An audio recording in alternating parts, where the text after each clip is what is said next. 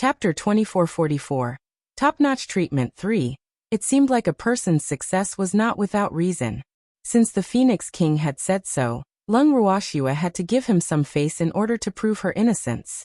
Lung Ruoxua said, "It's not a problem for me to assist in the investigation, but I don't want to be locked up as a suspect by the Phoenix King.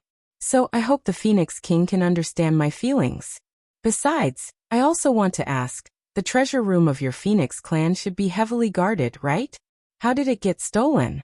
What kind of strength did the thief have to dare to come to the Phoenix King to steal things? If it was me, I would never have the guts to do that." Lung Ruoxia's words made the peacocks beside her laugh like crazy. Master was really too evil. Her words made the Phoenix King depressed to death. However, the peacocks were also glad that they had acknowledged their master. Otherwise, they would have ended up like the Phoenix King today. When the Phoenix King heard Lung Ruoxia's words, his expression turned even uglier. How could she not know that Lung Ruoxia's words were correct? However, under the circumstances where she could not find the thief, she had to at least find someone to vent her anger on, right? But now, it seemed that his idea was going to fail. Lianwu was worthy of being the advisor of that bitch, Wucheng. He was really difficult to deal with. The Phoenix King was secretly depressed for a while.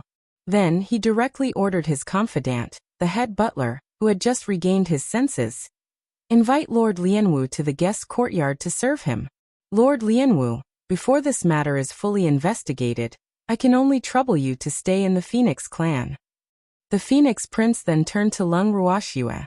"No, I'm not. I've long heard of the beautiful scenery in the Phoenix clan's territory. I've long wanted to live here and experience it. Now that the Phoenix King has given me a chance, I can't ask for more." Lung Ruoxua replied with an expression that said she was very satisfied with this arrangement. With that, Lung Ruoxua immediately stood up and instructed the head butler to lead the way.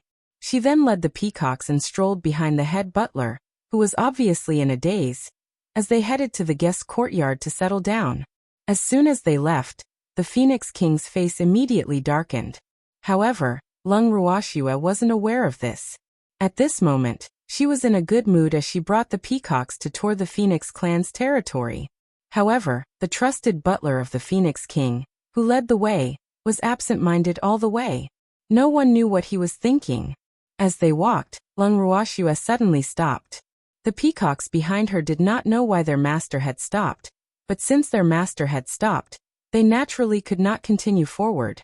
The moment they steadied themselves, the peacocks heard a loud thud. Following that, they saw a certain head butler who was leading the way had crashed into a huge tree that required at least 10 people to encircle him. In the next second, a certain unlucky head butler fell to the ground with a thud. All the peacocks covered their faces and thought to themselves, "This is too tragic to look at." At this moment, a certain peacock put on a curious look and asked, "Why is there a tree here? It's not a parasol tree either. This is just a decorative tree. It's probably used by the Phoenix clan to admire." Lung Ruoxua sized up the giant tree not far away and made a guess. It had to be said that Lung Ruoxua was right. This tree had been prepared by the Phoenix clan for the guests who had been invited here. Since this place was close to the guest courtyard, many of these giant trees had been planted along the way. As for the unlucky housekeeper, the Phoenix King's confidant, he had been so preoccupied with his thoughts that he had long forgotten about the road conditions here. That was why he had bumped into them. Seeing that a certain head butler had not been able to get up after falling to the ground, Lung Ruoxua could only lead the peacocks forward to express her concern. "Head butler, are you all right?" Lung Ruoxua saw that the Foam Prince's trusted butler's fingers were still moving.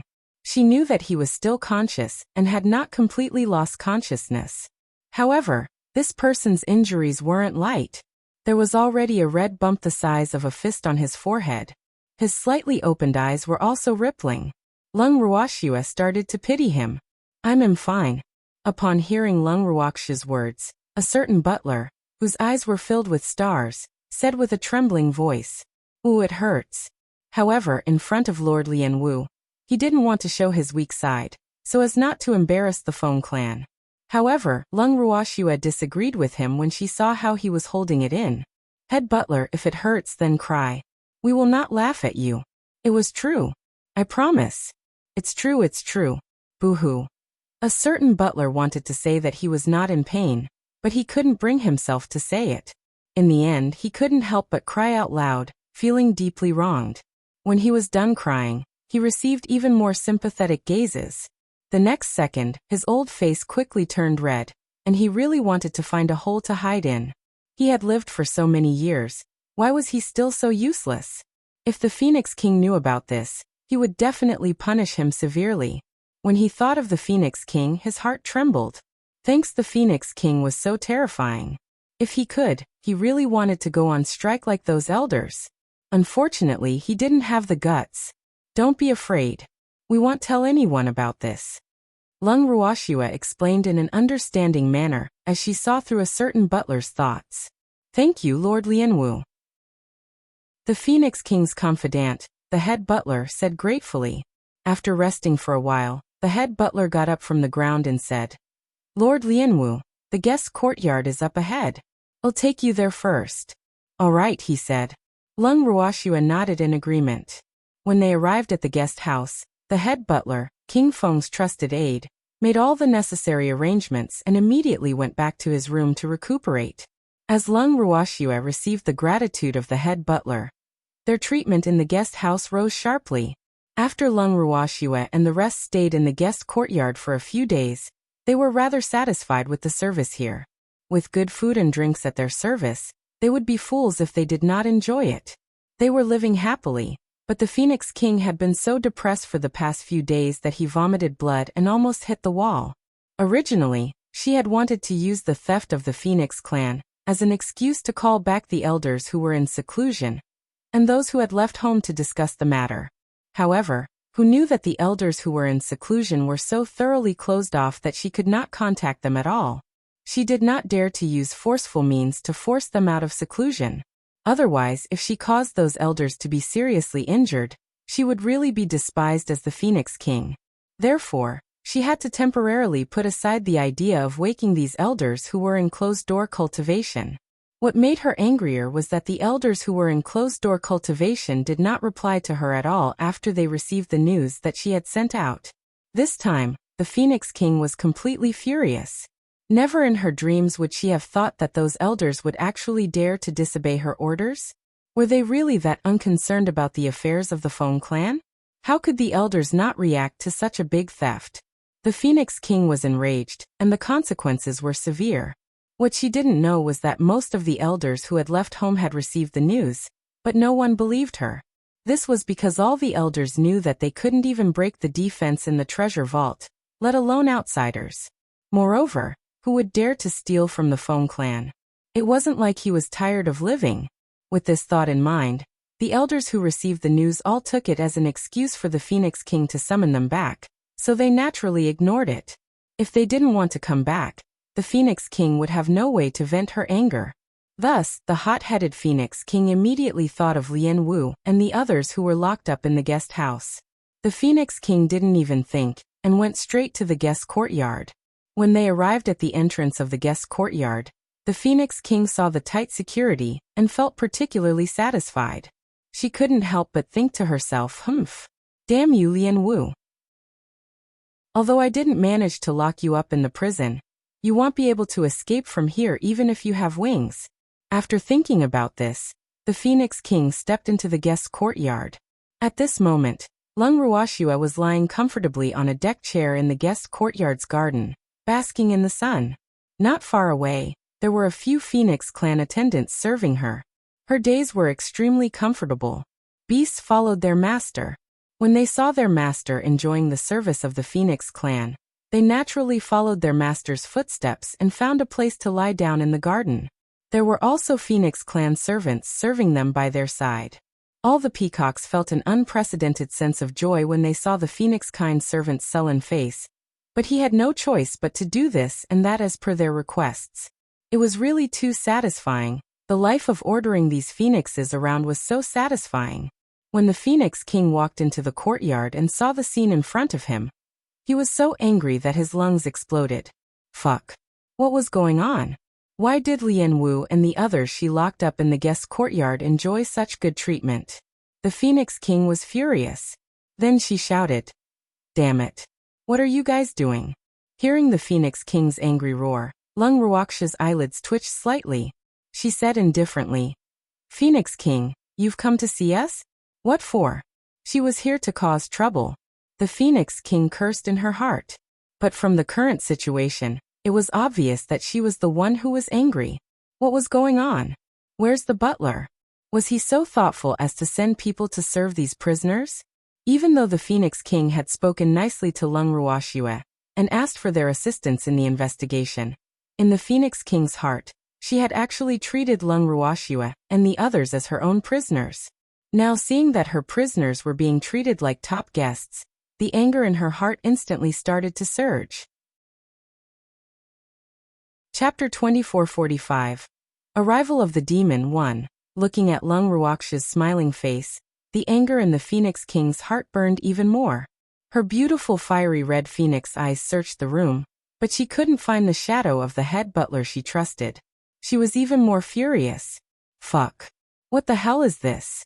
How could these prisoners live such a carefree life? Especially after their clan was robbed.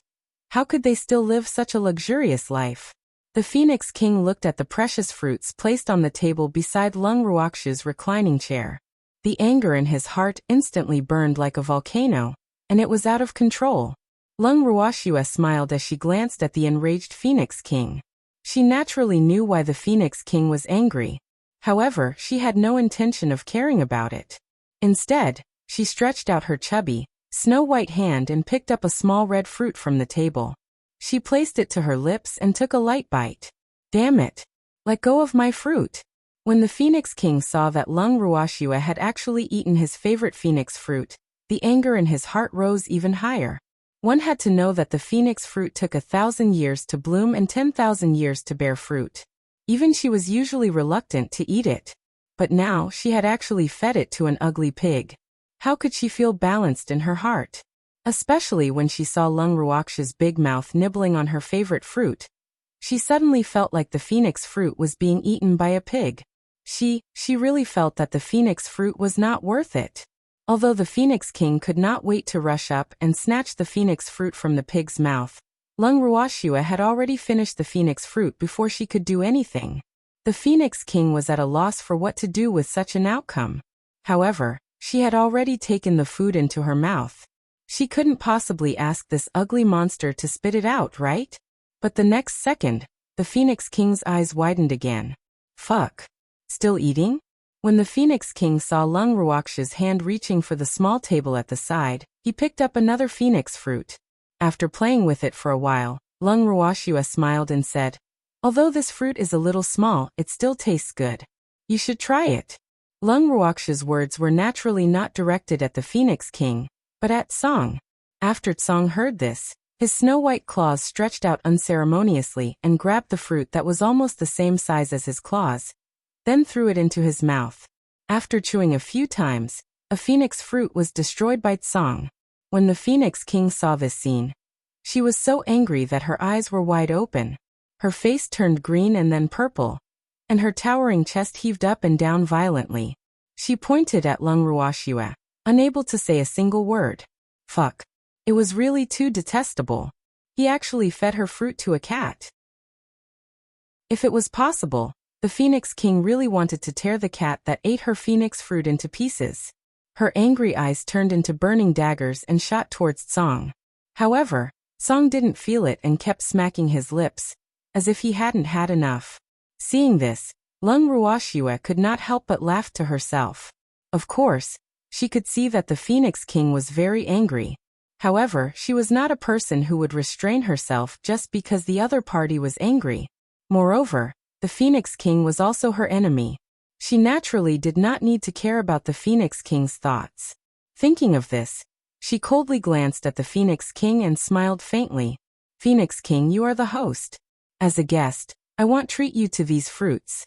By the way, please ask your chief steward to send more of these small fruits. There aren't enough to share with so many of us." Lung Ruashue spoke lightly, but the Phoenix King's face turned darker and darker. "Thanks fuck. Still not enough to share? Do you all want to eat all of her phoenix fruits?" The Phoenix King gritted her teeth and cursed in her heart. The way she looked at Lung Ruoxua was becoming more and more unfriendly. However, she did not know why she could not vent her anger. This fact made her angry and frustrated.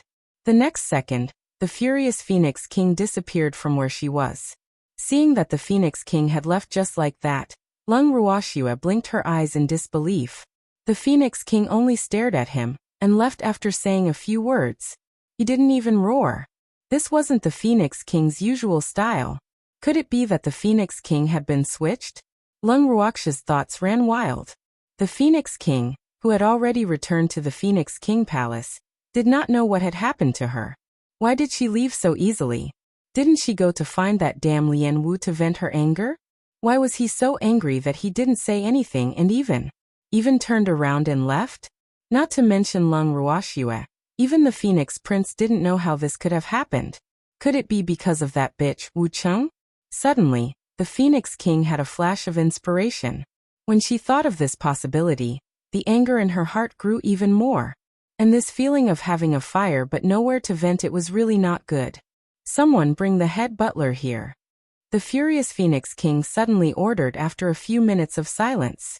The guard outside the door responded and immediately went to pass the message.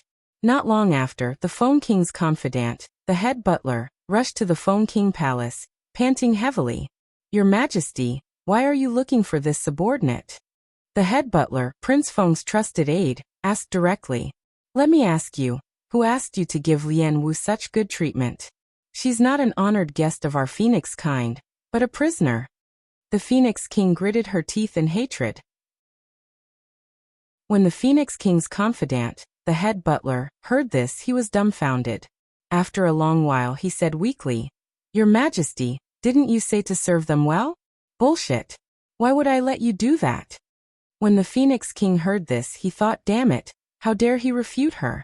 He really didn't want to live anymore. King, you really said it. The head butler, the Phoenix King's confidant, felt wronged. Boo. Didn't humans always say that the emperor would never joke? How could she go back on her words? This was really too much. You're going to do as I say? You idiot. Can't you tell that I'm being sarcastic? The Phoenix King looked at his trusted butler with a face full of disappointment and roared. Ah. The Phoenix King's words petrified his trusted butler. This was ironic? Only humans would be like this, right? How could Beastie be so sneaky to know that its king was being sarcastic? The chief butler felt even more aggrieved. But this time, he was smart and didn't say a word. Seeing that the head butler had nothing to say, the Phoenix King nodded in satisfaction and ordered, Be smart. Do you understand what I mean now? Lian Wu and the others are prisoners of our Phoenix clan. There's no need to give them such good treatment. Yes. Does your Majesty have any other instructions? The housekeeper, the confidant of the Phoenix King, appeared to be very obedient, but in fact, he was quite dissatisfied in his heart. Although he was the confidant of the Phoenix King, he was not the only confidant of the Phoenix King. The others had long gone on strike, and he was the only one who did not have the courage to support himself. But now, after listening to the words of the Phoenix King, he deeply agreed. He was wholeheartedly working for the Phoenix King, but he was afraid that he would not have a good end. Chapter 2446. Arrival of the Demon 2. It was because the Phoenix King was too fickle in her emotions. Moreover, she liked to vent her anger on others. Who knew when she would be cannon fodder? It had to be said that although the head butler was a little timid, she was still a sensible person. Previously, when the Phoenix King was at her peak of anger, she did think of teaching him a lesson. But on second thought, now that the elders had gone on strike, there were not many people around her that could be used. If she got rid of the head butler who had always been loyal to her because of a moment of anger, she was afraid that she would have no one left to use. With this in mind, the Phoenix King temporarily spared this trusted aide. However, this debt had been recorded in the heart of the Phoenix King, and it was uncertain when he would settle it. Fortunately, the head butler was not stupid and had already seen through it. After the head butler, the Phoenix King's trusted aide, left the Phoenix King Palace, he went straight to the guest courtyard where Lung Ruoxua and the others were staying. When they arrived at the guest courtyard, He carefully recounted what had happened in the Phoenix Palace to Lung Ruoxue. Then he said with an apologetic expression, "Lord Lianwu, I can only help you this much. In the future, you should be more careful. The king will not let you off easily." Lung Ruoxue laughed to herself as she looked at the trusted butler of the Phoenix King who was trying to curry favor with her. How much of a failure was the Phoenix King? All of them had actually abandoned her? However, even though she was thinking this in her heart, she didn't show it on her face. Instead, she asked with a concerned expression, "Head butler, what are you doing?" "I'm planning to leave the Phoenix kind and travel the world like the other elders." The head butler, the Phoenix King's trusted aide, said calmly. Although he had already thought of this, if it wasn't for the Phoenix King's provocation, he would not have thought of leaving the clan now. He really couldn't stay in the Phoenix clan any longer. When Lung Ruoxue saw the worried expression on the face of the trusted aide of the Phoenix King, she thought to herself, all right, yet another one who wanted to run away from home.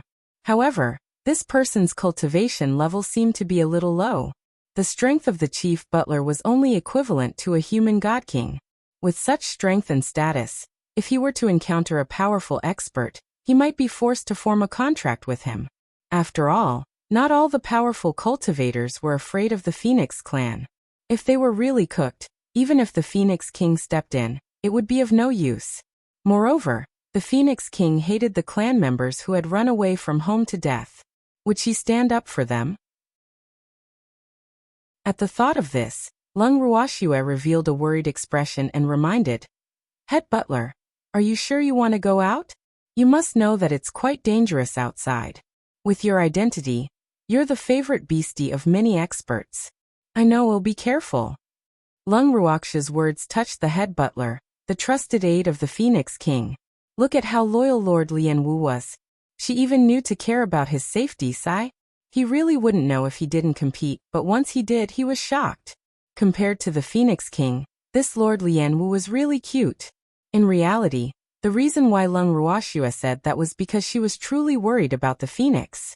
More than that, she was trying to sow discord and divide the Phoenix clan. Only by drawing more and more members of the Feng clan to her side would it be more beneficial for her future actions, right? Let's see how she'll be able to do anything when the Phoenix King really becomes a commander with nothing. Lung Ruoxue was extremely satisfied with her own thoughts. She even felt that this head butler, who was the Phoenix King's trusted aide, was much more pleasing to the eye. Even though this fellow was the Phoenix King's trusted aide, he treated them pretty well and took care of them very well. Hence, Lung Ruoxue naturally would not vent her anger towards the Phoenix King on him. Not only that, Lung Ruoxue even generously took out a few bottles of elixirs and gave them to the head butler. In an instant, the head butler was moved to tears. "Lord Lianwu, thank you so much." The Phoenix King's confidant, the head butler, sobbed with gratitude. He really didn't expect this. The pill that King had tried so hard to obtain was actually so easily obtained by him. It seemed that this Lord Lianwu was not as greedy and lecherous as King had said. In an instant, the head butler, the Phoenix King's trusted aide, vindicated Lung Ruoxue. "Thanks, head butler. You should know that there is some unhappiness between me and the Phoenix King. So, you can't give the pills I gave you to the Phoenix King. Otherwise, if I find out, you will bear the consequences." Lung Ruoxue said the ugly words first. I won't give it to the Phoenix King, I promise." The head butler, the Phoenix King's trusted aide, quickly said. He needed these pills to protect himself when he left the Phoenix clan. How could he give them to the king? In the hands of the king, would he still have a share? Although the Feng King's trusted butler was not very powerful, he was definitely a wise man. Naturally, he would not offend Lord Lianwu just to please the king.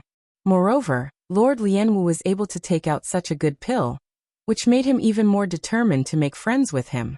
That's good. Lung Ruoxue nodded in satisfaction.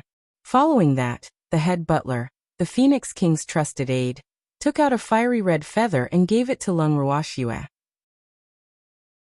He said, "Lord Lianwu, I really don't have anything valuable on me. This feather is a very important treasure to our Phoenix clan, and we won't easily give it to others. Now I'm giving it to you." If there's anything that can help Lord Lianwu in the future, Lord Lianwu can just tell me. All right. Then I'll accept it.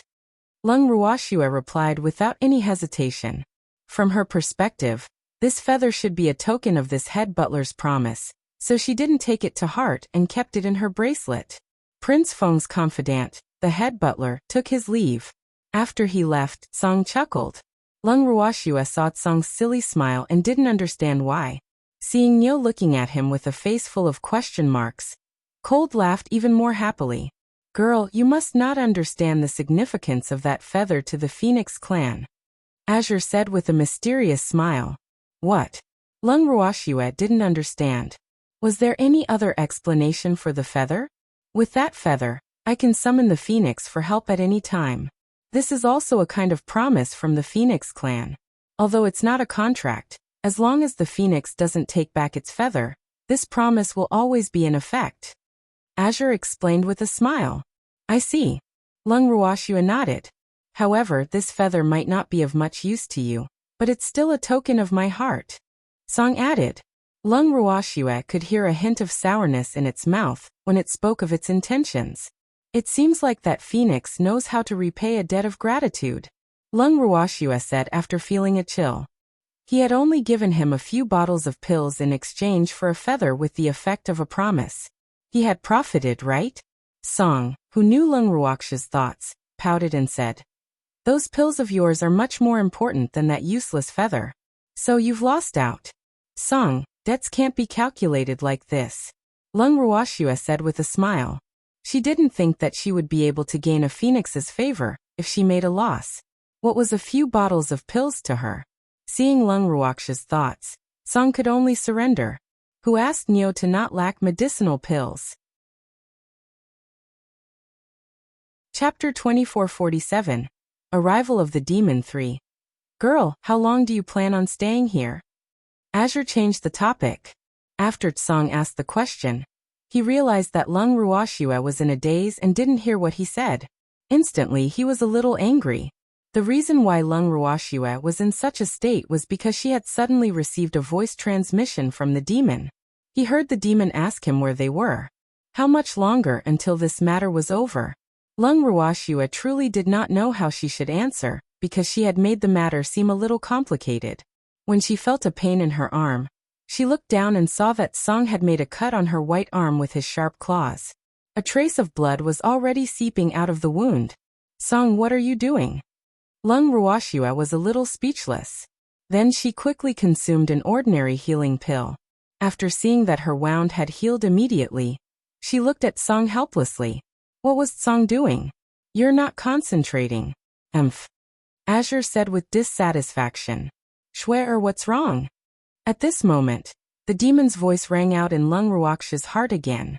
On the other side, the demon was also extremely worried when he saw that Swear had not replied after a long time. The demon just sent me a message. Wait a moment.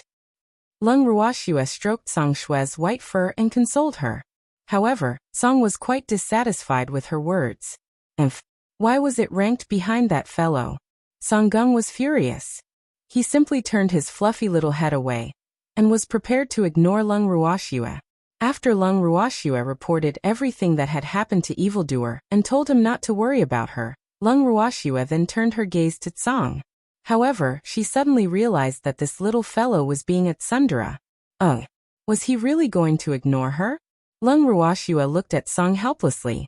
She realized that the people around her were getting harder and harder to serve. However, before she could pacify Song, a devilish voice came from her heart again. Schwerer, I'll go find you now. Wait for me. Why are you here? Lung Ruoxue asked hurriedly. Her current identity was Lianwu. The demon was here, and if he was exposed, I can introduce myself and say that I'm your male pet. After saying that, the demon cut off the voice transmission. Male pet. When she heard these two words, Lung Ruoxue took a long time to regain her senses. She couldn't help but cover her face. Whoa. What kind of stimulation did this evildoer go through? While Lung Ruoxue was still in a state of shock, the evildoer who had been waiting for her at the gathering point had already told Uncle Long, Dongfangyu, and the others about his thoughts. When everyone heard this, They all bravely expressed that they would follow the demon to find Shui, or else they would not allow him to leave. The demon had no choice but to report Shui's current situation to them, and brought along many of his children. When they arrived at the Phoenix territory, everyone shouted a few times towards the inside in a very well-behaved manner. "Is there anyone? Are there any living things? Shua shua." As they finished speaking, a few fiery red figures appeared in front of everyone and said angrily, "Who are you? How dare you trespass on the Phoenix territory?" "We didn't trespass. We're here to find someone." Uncle Long replied with a smile. "Looking for someone? The person you're looking for isn't in the Phoenix territory, so you'd better leave now. Otherwise, don't blame us for being impolite." One of the beautiful women, who seemed to have a bad temper, roared, "This little girl's temper is really bad." Uncle Long turned to Dongfang Yu and said. Dongfang Yu nodded in agreement. Then, Uncle Long turned his head back and continued to smile. "Little girl, the person we're looking for is Lord Lianwu. She's been ordered by Lord Wuxian to come to the Feng clan to handle some matters, so you can't lie to us. If you delay God Lord Fogripple's orders, your Phoenix clan will have to bear the consequences." Upon hearing Uncle Long's words, the few phoenixes who were responsible for guarding the periphery of the Phoenix territory were at a loss. Although their status was not high and they did not know much, they had even heard of Lord Wu's name. Now that this ugly old man had said that he had come under the orders of God Lord Foggripple, for a moment, these guards did not know what to do. But it was definitely impossible to let them enter the Phoenix territory just like that, because the king had ordered that no one was allowed to enter or leave the Phoenix token, or else they would have to bear the consequences. The guards discussed among themselves through voice transmission. After a while, an older-looking servant asked, "You were sent by God Lord Foggripple?" "It can be considered so," Uncle Long said after thinking for a while. "What do you mean by considered?" The guard was displeased. "Yes, no. Why are you still calling it count?" "Thanks, it's like this. What about us?" "They are all servants from Lord Lianwu's house. They accompanied my lord's male pet to look for her.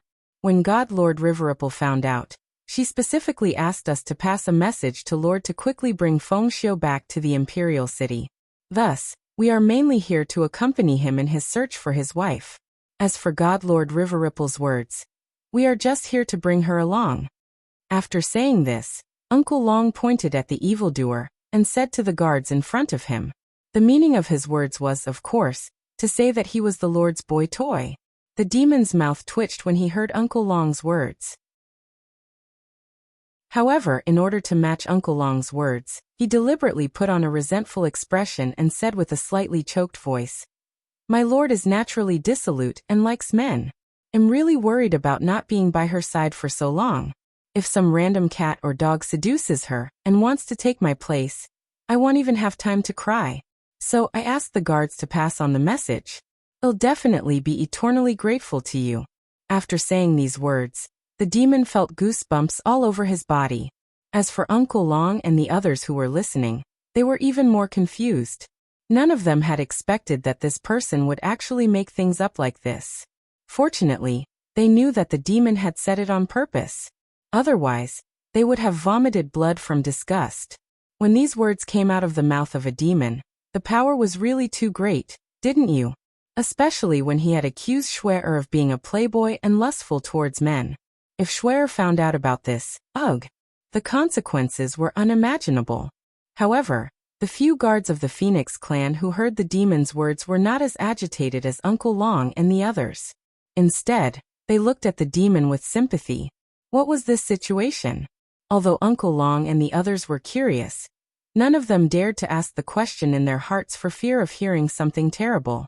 However, just because they didn't dare to ask, it didn't mean that the demon wouldn't ask either. The demon looked at the few guards of the Phoenix clan in confusion and asked shamelessly, "My lords, is there something that I don't know about?" Well, the guards looked at each other. In the end, it was a straightforward male guard who said with a sullen expression, How many women were not lustful? Your Lord Lianwu has a new lover. The clear sky thunderbolt. This was definitely a huge bolt of lightning. Not only was the demon dumbfounded, but Uncle Long and the others also felt a sense of fear. Oh my God! You can't just say this. It would kill. Uncle Long and the others instantly felt the temperature around them drop to at least 100 degrees Celsius. They shivered and looked at the demon in unison, consoling him through voice transmission. This must be a misunderstanding. Schwer can't possibly have a new lover. Don't worry. Although they were comforted like this, Uncle Long and the others were still worried about this time bomb that could explode at any time. This guy was too dangerous. If there was a slight mistake, they might lose their lives. The Dark Lord. The legendary brutal and bloodthirsty mistress of the dark world was synonymous with slaughter. Uncle Long and the rest were trembling in their hearts as they silently prayed for Lung Ruoxia. Little girl, you're on your own. We can't help you this time. Everyone present could see the demon's hidden anger. However, in order not to ruin Schwer's plan, his anger was not sensed by the guards of the Phoenix clan. However, it could not be hidden from them, who knew the demon well. At this time the evildoer, who was full of anger and had no way to vent it, flickered his eyes and tears welled up in his eyes. When the guards saw this, they knew that this man was not feeling good, and did not know what to say.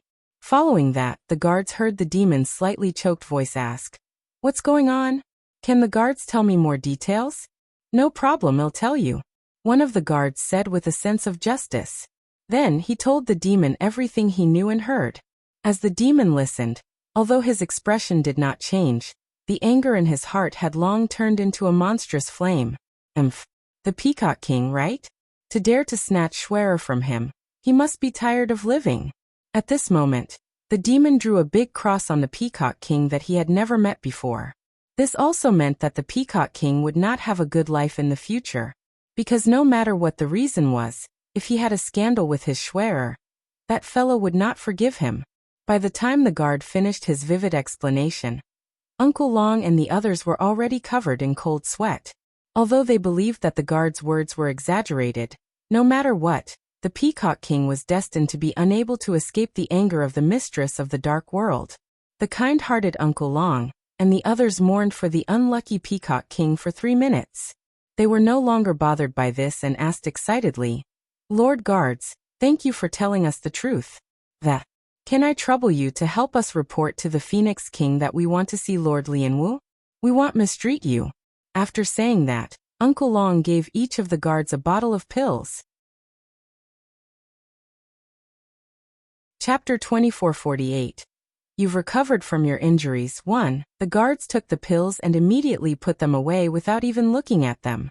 They had long heard that the effects of Lord Lianwu's pills were surprisingly good. Since the other party was Lord Lianwu's subordinate, the pills he gave should not be too bad. With this thought, the faces of the guards present became much more amiable. Even the female guard who spoke first had a smile on her face, not as cold as she was before. When Uncle Long and the others saw this, they thought to themselves, the charm of medicinal pills to beasts is greater. Look at these guys. Their attitude had immediately changed 180 degrees.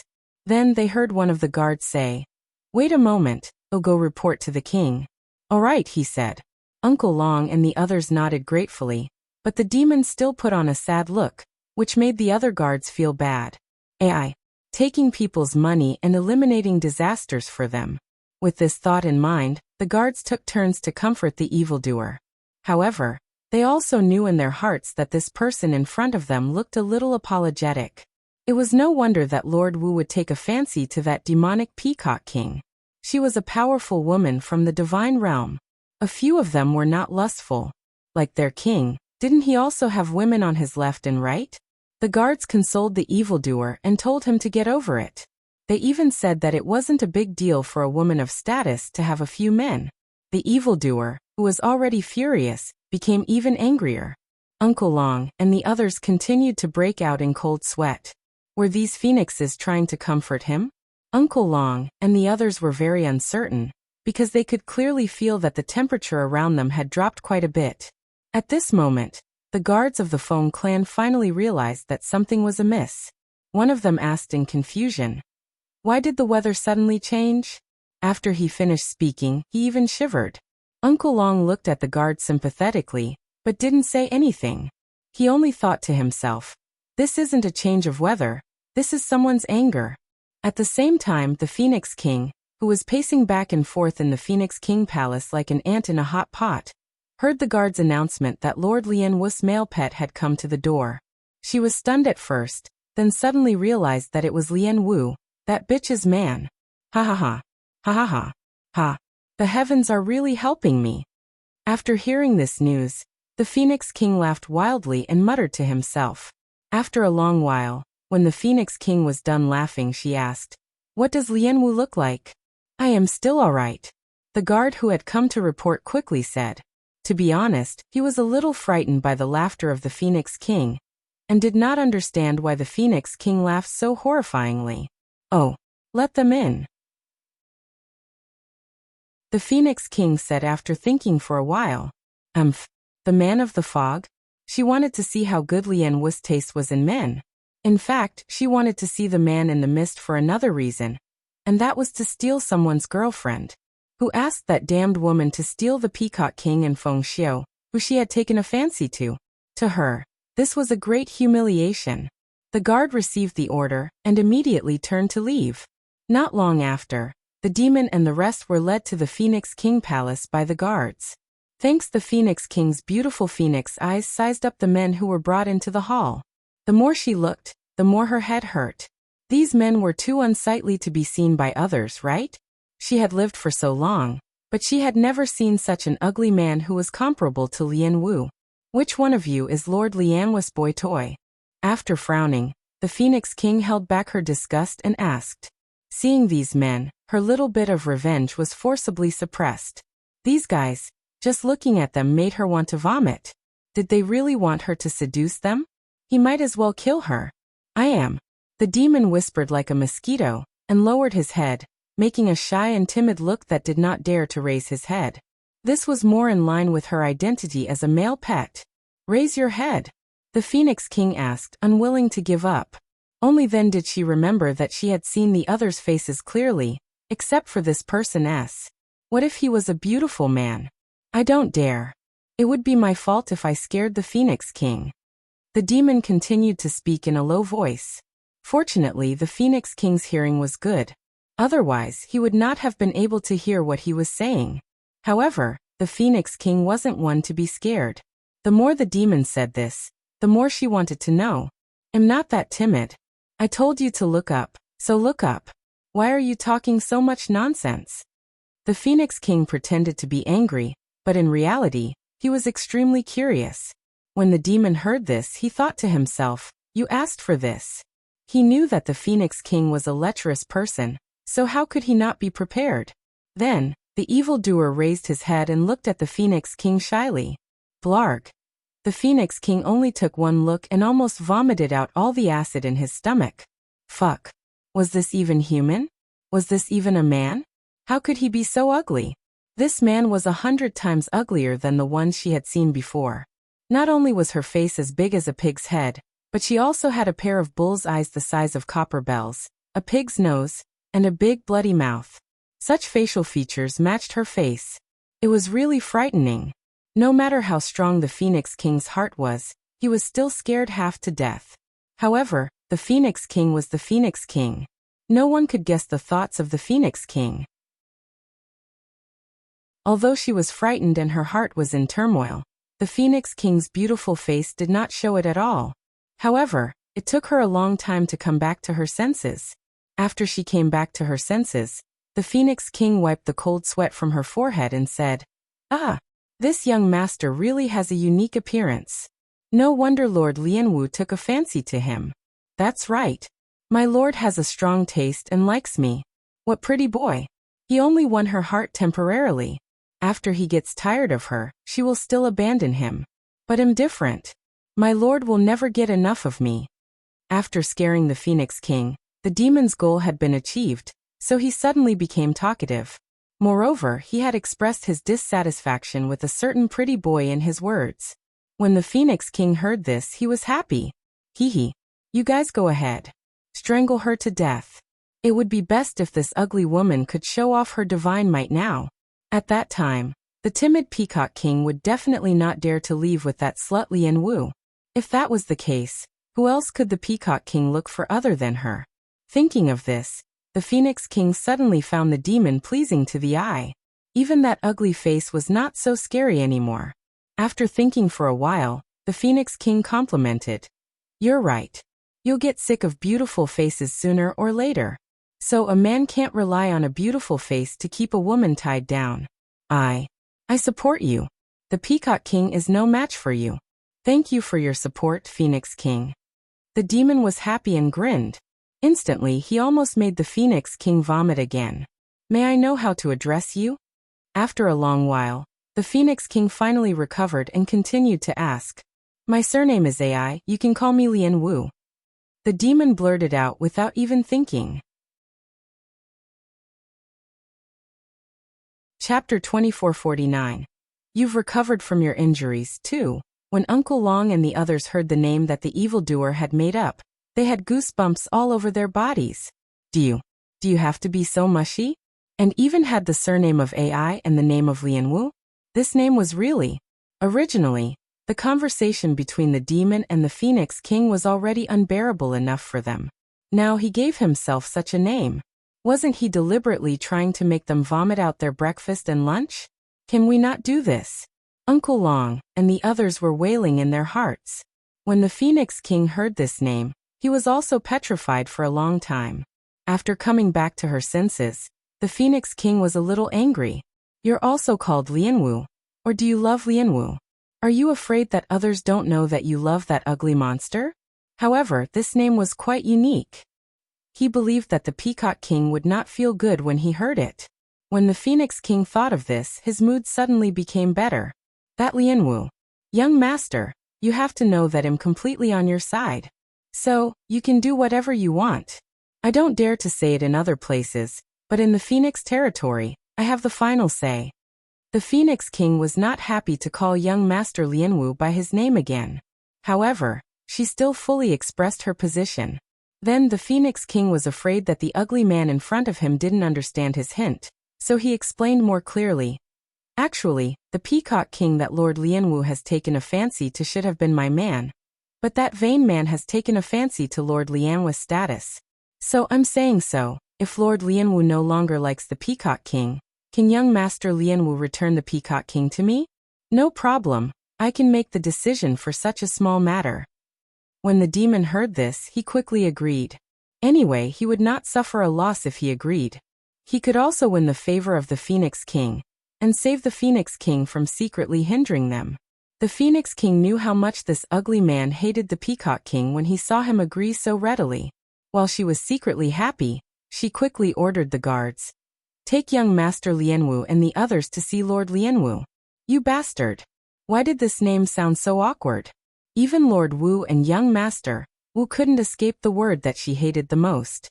The Phoenix King secretly hated it. The guard accepted the order and quickly left the Phoenix Palace with the demon and the others. On the way, the guard who led the way finally couldn't help but ask, "Young Master Lian Wu, what happened to your face?" When they met at the Phoenix Territory's gate, it was clearly not like this. Back then, young Master Lian Wu was indeed a little ugly, but he was definitely not as ugly as he was now. It was a long story. When I get angry, my face will change shape." The demon sighed and said, "I see." The guard glanced at the evildoer sympathetically but did not say anything. When they arrived at the entrance of Lung Ruoxia's guest house, they informed the guards at the door of the identities of evildoer and the rest. The guard who led the way then turned around and left. When the guards at the door heard that they were Lord Wu's male companions, they invited them in without thinking. The demon and the rest walked into the courtyard and saw Lung Ruoxia lying on a deck chair in the garden. The demon didn't even think about it, and ran over with jealousy burning in his heart. Then he pulled Lung Ruoxia, who had her eyes tightly shut, into his arms. The snow-white furball on Lung Ruoxia's body was immediately pushed to the ground in disgust. He then glared at the two beautiful men from the Phoenix clan who were serving her. The two beautiful men of the Phoenix clan felt extremely aggrieved when they were glared at by those sinister and cold eyes. Well, they had clearly not done anything. Why did he have to receive such treatment? At this moment, Lung Ruoxia opened her beautiful eyes. When she saw the man who was hugging her, Lung Ruoxue was stunned for a long time. This ugly man was a demon? How many disguise pills did he take? Lung Ruoxue shuddered, but a faint smile appeared on her face. She said gently, "You're here." "They're here," the evildoer said unhappily. Then he snorted coldly and deliberately avoided looking at Lung Ruoxue. However, the arm that was holding her was still as tight as a rock. Thanks, ugh. Was he angry? Lung Ruoxue felt a little guilty. At this moment, she was still unaware that someone had already told the demon about her relationship with the Peacock King. She was afraid that the demon would be jealous, so she did not say a word. "Hells, if you want to come, then come. Why did you throw me on the ground?" A dissatisfied voice rang out. Lung Ruoxue didn't need to guess to know that it was Tsong's voice. "Humph. You're really too useless. You actually let someone else take advantage of this." Evildoer was filled with dissatisfaction towards Tsong Yi. This guy, wasn't he quite capable when he was competing for his favor? Why did he let Shui have a Peacock King by her side? The more the demon thought about it, the angrier he became, and his gaze towards Azure became sinister and unkind. However, Azure didn't seem to mind and grinned. "You can't wrong me. I've always done my job." "Is that so?" The demon narrowed his eyes and his voice was as cold as ice. When Lung Ruoxue saw the situation and heard the demon's words, she understood everything. She wanted to explain, but when she saw the evil man's unfriendly expression, she felt more and more guilty. "Sop. I didn't do anything." What was she feeling guilty about? Lung Ruoxue was very depressed because of this. Was she a henchman? Lung Ruoxue's heart sank. Uncle Long and the others had already seen through the situation. They secretly looked for a safe place to avoid being affected by someone's anger. This was clearly the rhythm of settling scores. They had to be on guard. At this moment, Lung Ruoxue and the rest heard the demon's roar. "Who is the Peacock King?" I am." "Yes." The Peacock King replied softly when he heard someone calling him. Although he didn't know who this man was, he felt that this man was not kind no matter how he looked. At this time, he still didn't completely realize that the other party was here to find trouble with him. It was only when the demon grabbed the Peacock King by the collar and lifted him up that the Peacock King finally reacted. This guy was here to pick a fight with him. He didn't even see how she came to his side. "My dear, save me." The Peacock King could clearly sense a certain man's anger. His heart trembled as he sought help from Lung Ruoxue. As they were in the Phoenix clan's territory, the Peacock King naturally addressed Lung Ruoxue as "my dear." When the demon heard these 3 words, his anger rose even more. When Uncle Long and the others heard these 3 words, they also cried out in their hearts. "It's over. It's finished." This time he was really finished. Lung Ruoxue could not help but cover her face. This idiot. Didn't he feel any danger? He actually called her darling. Great. Now she couldn't help even if she wanted to. Lung Ruoxue gave the Peacock King a good luck look and acted like an ostrich.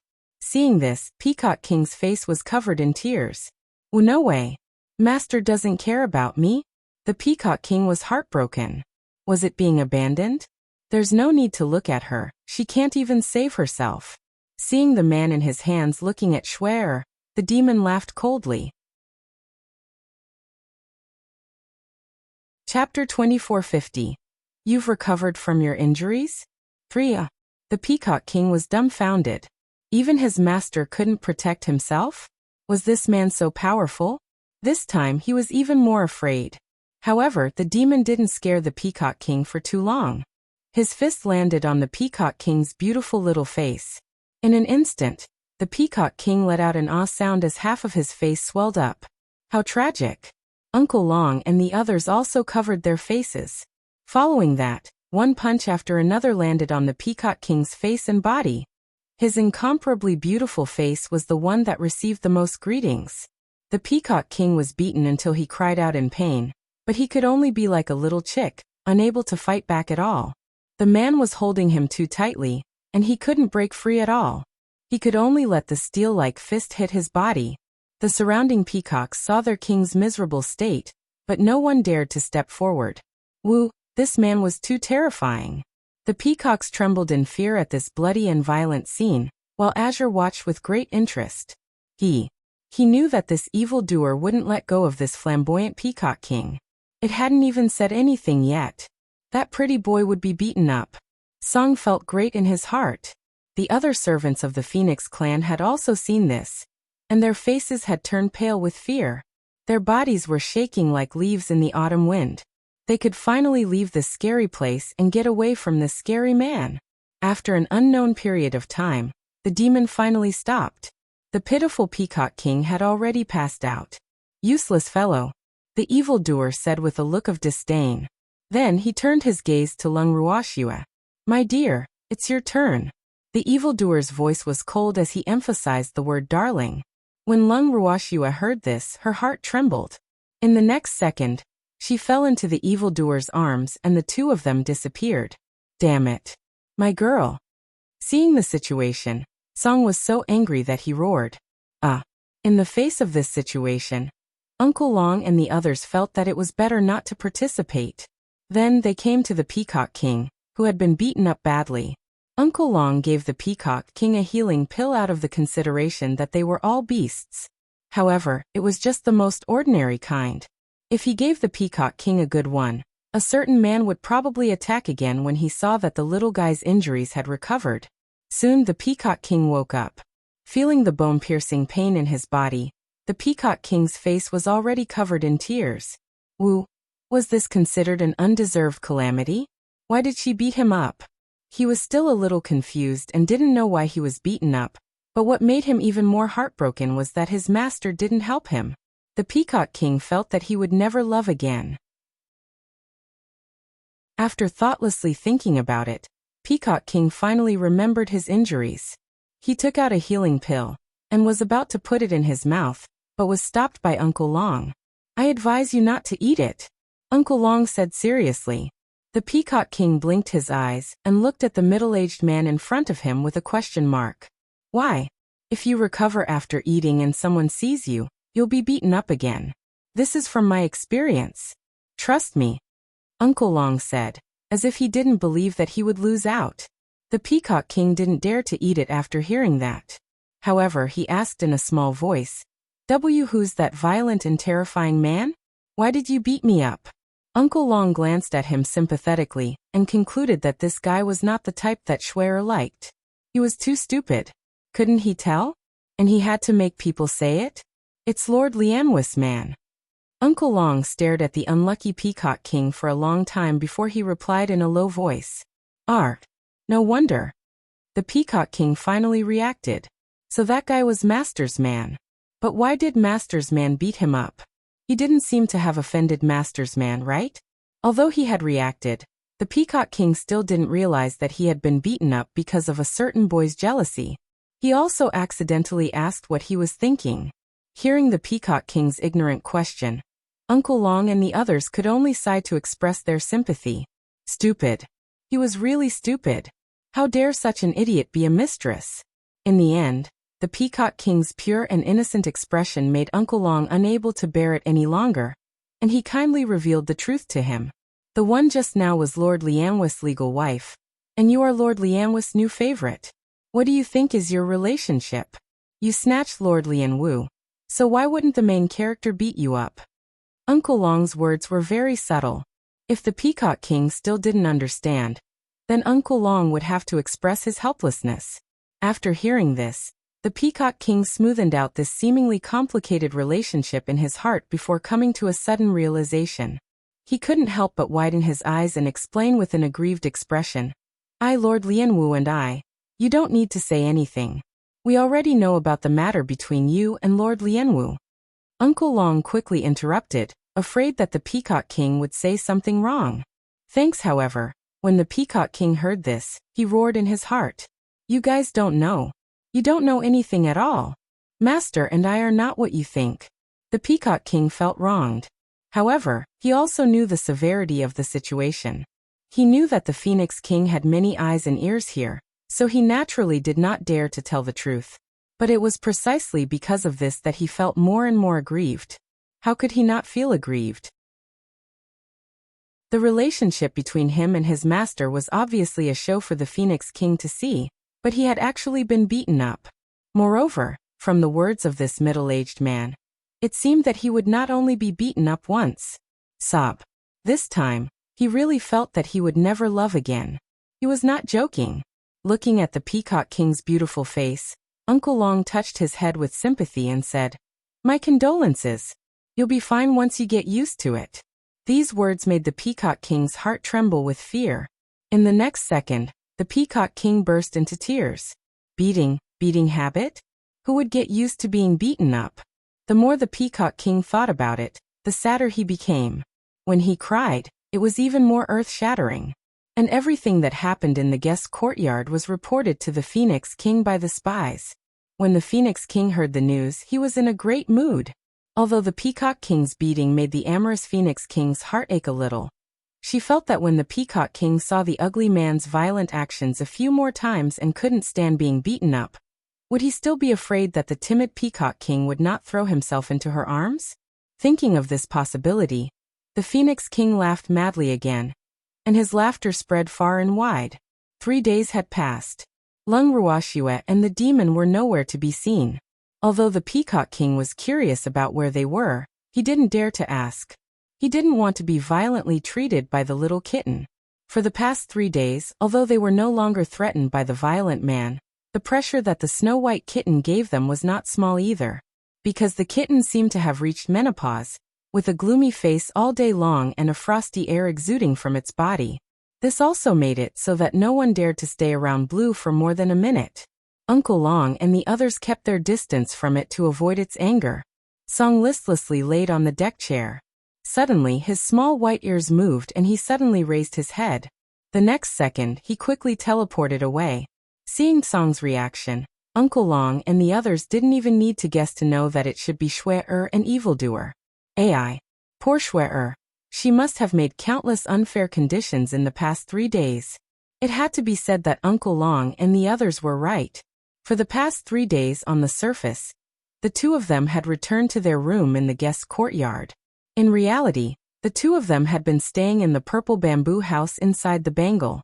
Other than explaining the cause and effect of her scandal with the Peacock King to the evildoer, Lung Ruoxue had also sacrificed her looks and made many unfair conditions before the evildoer was finally satisfied. Sob. Whenever she thought of her experiences over the past 3 days, Lung Ruoxue would feel so depressed that she wanted to bang her head against the wall. It could be said that she had sacrificed a lot of her looks this time. In the past, the two of them would at most kiss on the lips and touch the places that could be touched.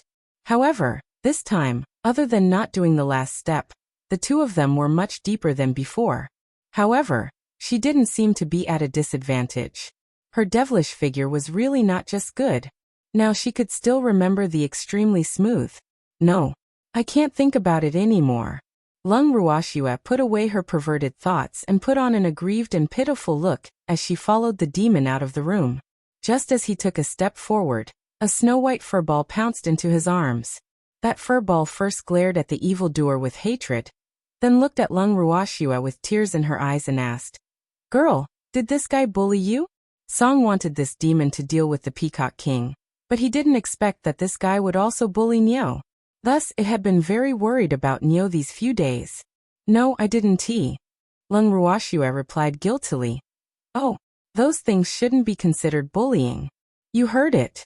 Why would I bully my own woman?" The demon said with a smile. He was very satisfied with Shui-er's answer. "Don't laugh, it's so ugly." After hearing this, Song saw the smile on the evildoer's face and said unhappily, he couldn't bear to see this guy being so smug. "My woman doesn't even think I'm ugly." The demon reminded. "Humph. Look at how beautiful you are." Song was filled with hatred. He didn't want to bother with the evildoer. Lung Ruoxue saw that the two of them were about to start an internal fight again, so she could only say, "Let's go out quickly. Uncle Long and the others are probably getting anxious from the wait." After she finished speaking, she directly carried Azure and pulled evildoer as they headed towards the guest courtyard's garden.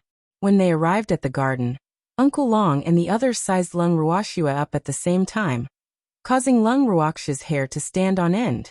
However, they didn't look at her for too long before they tactfully shifted their gazes away.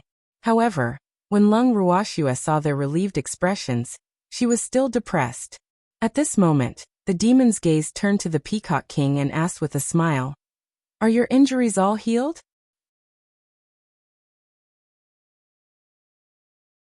Chapter 2451. I can't afford it anymore. 1. Hearing this, the Peacock King trembled in fear, and immediately hid behind Uncle Long to seek protection. His little face instantly turned as white as snow, and his legs trembled. Without realizing it, he had leaned his body on Uncle Long. Uncle Long didn't push the Peacock King away immediately when he saw the Peacock King sticking to him like an octopus. However, their current position was really not good. This useless Peacock King. Uncle Long cursed in his heart and couldn't help covering his face. However, he was quite sympathetic to this guy. He could have provoked anyone, but he had to provoke the terrifying demon. AI. The rhythm of seeking death. After sighing, Uncle Long revealed a helpless expression. He should have hit him when he was down. Or should he send charcoal in the snow? However, Uncle Long didn't think for long before he heard the demon ask with a faint smile, "Peacock King, I'm asking you a question. Are you going to refuse to answer?" No, the Peacock King said in a low voice. His face was getting paler and paler. "Ooh, could you not scare him like this?" He knew that he was no match for this man. He could not afford to offend this guy. However, why did the other party want to bully him? He was a pitiful, vulnerable group of people, and his master did not help him. The Peacock King truly felt that he was a pitiful child that no one loved. Thinking of this, the Peacock King became worried again, and tears welled up in his eyes. Seeing the Peacock King's pitiful look, the demon remained calm and continued, "Then tell me, have you recovered from your injuries?" "No, it's not done yet," the Peacock King said immediately. "Not done? But why do I feel like your injuries have already recovered?" The demon laughed evilly. "I really didn't. He really didn't. Although my external injuries look fine, my internal injuries are serious. No. I am going to faint." The Peacock King stammered as he finished speaking. Then his eyes rolled back and his body went soft. He fell unconscious on Uncle Long's body. When Uncle Long saw this, he couldn't help but feel disgusted. He had been hesitating about whether to hit the Peacock King when he was down, but now he didn't need to. He directly threw the Peacock King to the ground and pretended to dust off his body. He acted like nothing had happened, and went back to doing what he was supposed to. He knew that this spineless fellow was not worthy of sympathy. Uncle Long was furious, and the consequences would be severe. Not only was Uncle Long infuriated, even Lung Ruoxue felt helpless when she saw the Peacock King pretending to be unconscious. She never thought that the Peacock King would do such an embarrassing thing, even though it was said that he did it to avoid getting beaten up. However, such a way of doing things was really too spineless. Lung Ruoxue despised him. However, the demon was in a good mood when he saw the Peacock King pretending to be unconscious. He felt that this guy was a potential for shamelessness. If he was properly trained, he would definitely be a good hand if he were to do any bad things in the future. With this thought in mind, the demon directly told Lung Ruoxue that he wanted to put the Peacock King under his name and manage it in the future. When Lung Ruoxue heard this, she didn't dare to disagree. She immediately tried to please him. "What's mine is yours. You don't have to be polite, just use it." These words satisfied the demon. The Peacock King, who was already pretending to faint, actually fainted when he heard this terrifying conversation. Thanks. Before fainting, the Peacock King was still thinking that he would not have good days in the future. When the Peacock King woke up, he found himself locked in a pitch-black room. He couldn't even see his fingers in the room. Not even a ray of sunlight could enter. The Peacock King crawled up in fear and slowly fumbled around the room. "Is anyone there? Is there anyone there?" Peacock King asked in a low voice with a sad face. However, no one responded to him. At this moment, a gust of wind blew into the room. The Peacock King immediately felt the cold wind, and his legs trembled in fear. "Whoa, where exactly is this place? Why wasn't there a single person? Master, help me." Peacock King sent a message to his master asking for help. "Little Peacock, I'm sorry. I can't help you. The demon wants to train you well, so you should obediently accept his training," replied Lung Ruoxue. After she finished speaking, she immediately cut off the connection between the two of them. When she turned around, she saw the evildoer looking at her. Lung Ruoxue replied honestly, "The Peacock King is asking for help." "I know," the demon said with a smile. That fellow had been locked up by him. What could he hide from him? Furthermore, he had already guessed that the timid fellow would ask Shuer for help. In fact, if the Peacock King did not ask Shuer for help, he would have felt that something was wrong. "How long do you plan to keep him here?" Lung Ruoxue was a little speechless. The demon had imprisoned the Peacock King under the pretext of training his courage. However, no matter how Lung Ruoxue looked at it, she felt that this fellow was taking this opportunity to take revenge. "I'll let him out when he's not so timid," the demon promised. He then changed the topic and asked, "My dear, when are we leaving the Feng clan?" The moment she heard the word darling, Lung Ruoxue felt goosebumps all over her body. Sob. Is he trying to remind me that I've done something wrong? That was clearly an act. However, she knew that the evildoer was very possessive, so she naturally did not dare to have any opinions. Instead, she looked at him fawningly and said softly, "When the Phoenix King is willing to let us go, we will leave." "I see. Then I'll go find her now and ask her to let us go." After the demon finished speaking, he really stood up and walked out of the door. Lung Ruoxue wanted to follow him when she saw him, but after thinking about it, she felt that it was better for her to stay in the guest courtyard and wait for news. Otherwise, if the Phoenix King saw her, he might get angry again. Even though Lung Ruoxue did not want to join in the fun, the people in the courtyard were not easy to deal with. Their personality of wanting the world to be in chaos had determined that they would not let go of any fun. Hence, the moment the demon left, they immediately followed. Even the peacocks followed.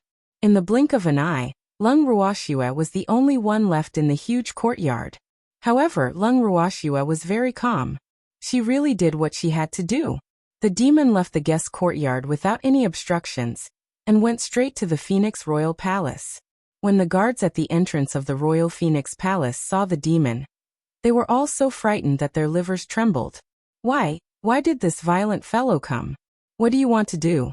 The news of this man beating up the Peacock King had spread throughout the entire Phoenix clan. Although they didn't think that this man would beat them up for no reason, they still had to be careful.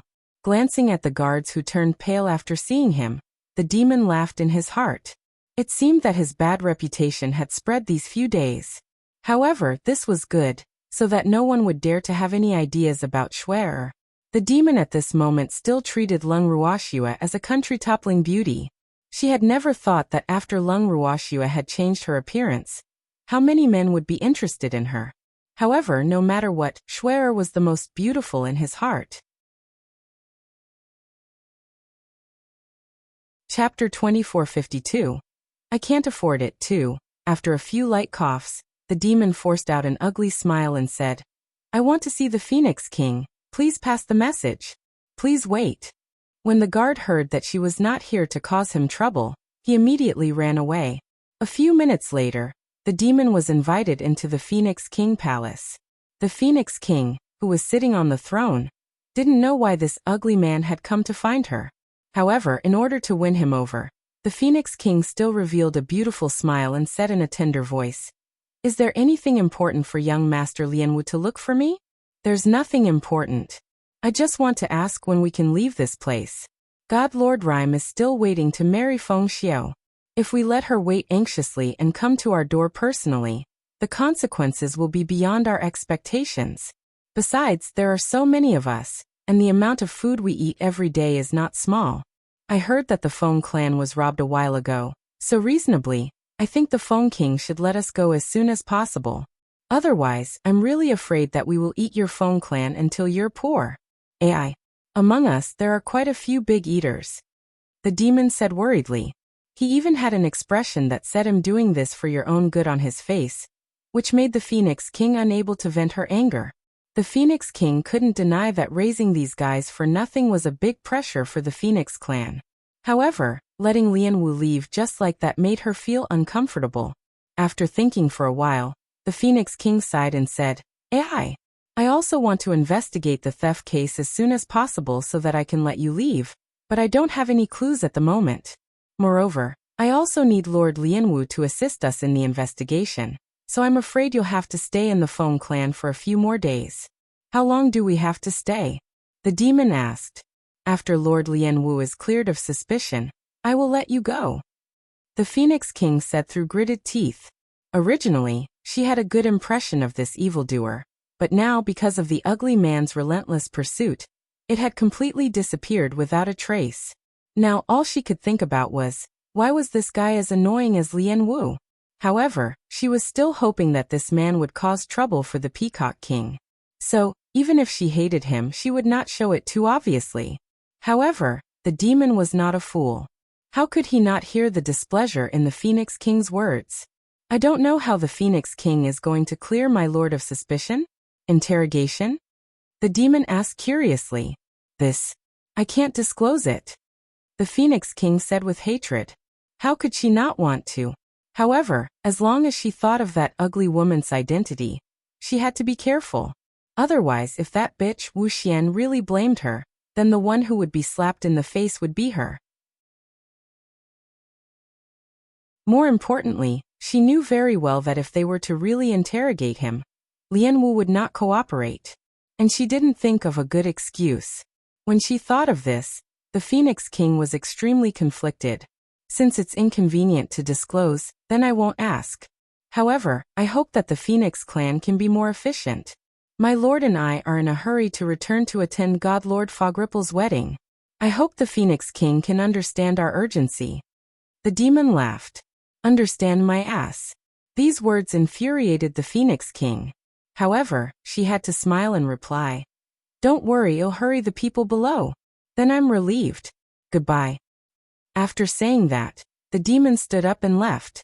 As soon as he opened the door of the hall, he saw Uncle Long and the others blocking the door. They were all here to eavesdrop. Thanks, however, he didn't mind. Let's go back, the demon said as he glanced at Uncle Long. Uncle Long and the others nodded. Seeing the demon's serious expression, they all thought that he was in a bad mood, so they obediently followed him back to the guest courtyard. At this moment, Lung Ruoxue, who was lying on the deck chair and basking in the sun, did not ask anything when she saw that everyone had returned so quickly.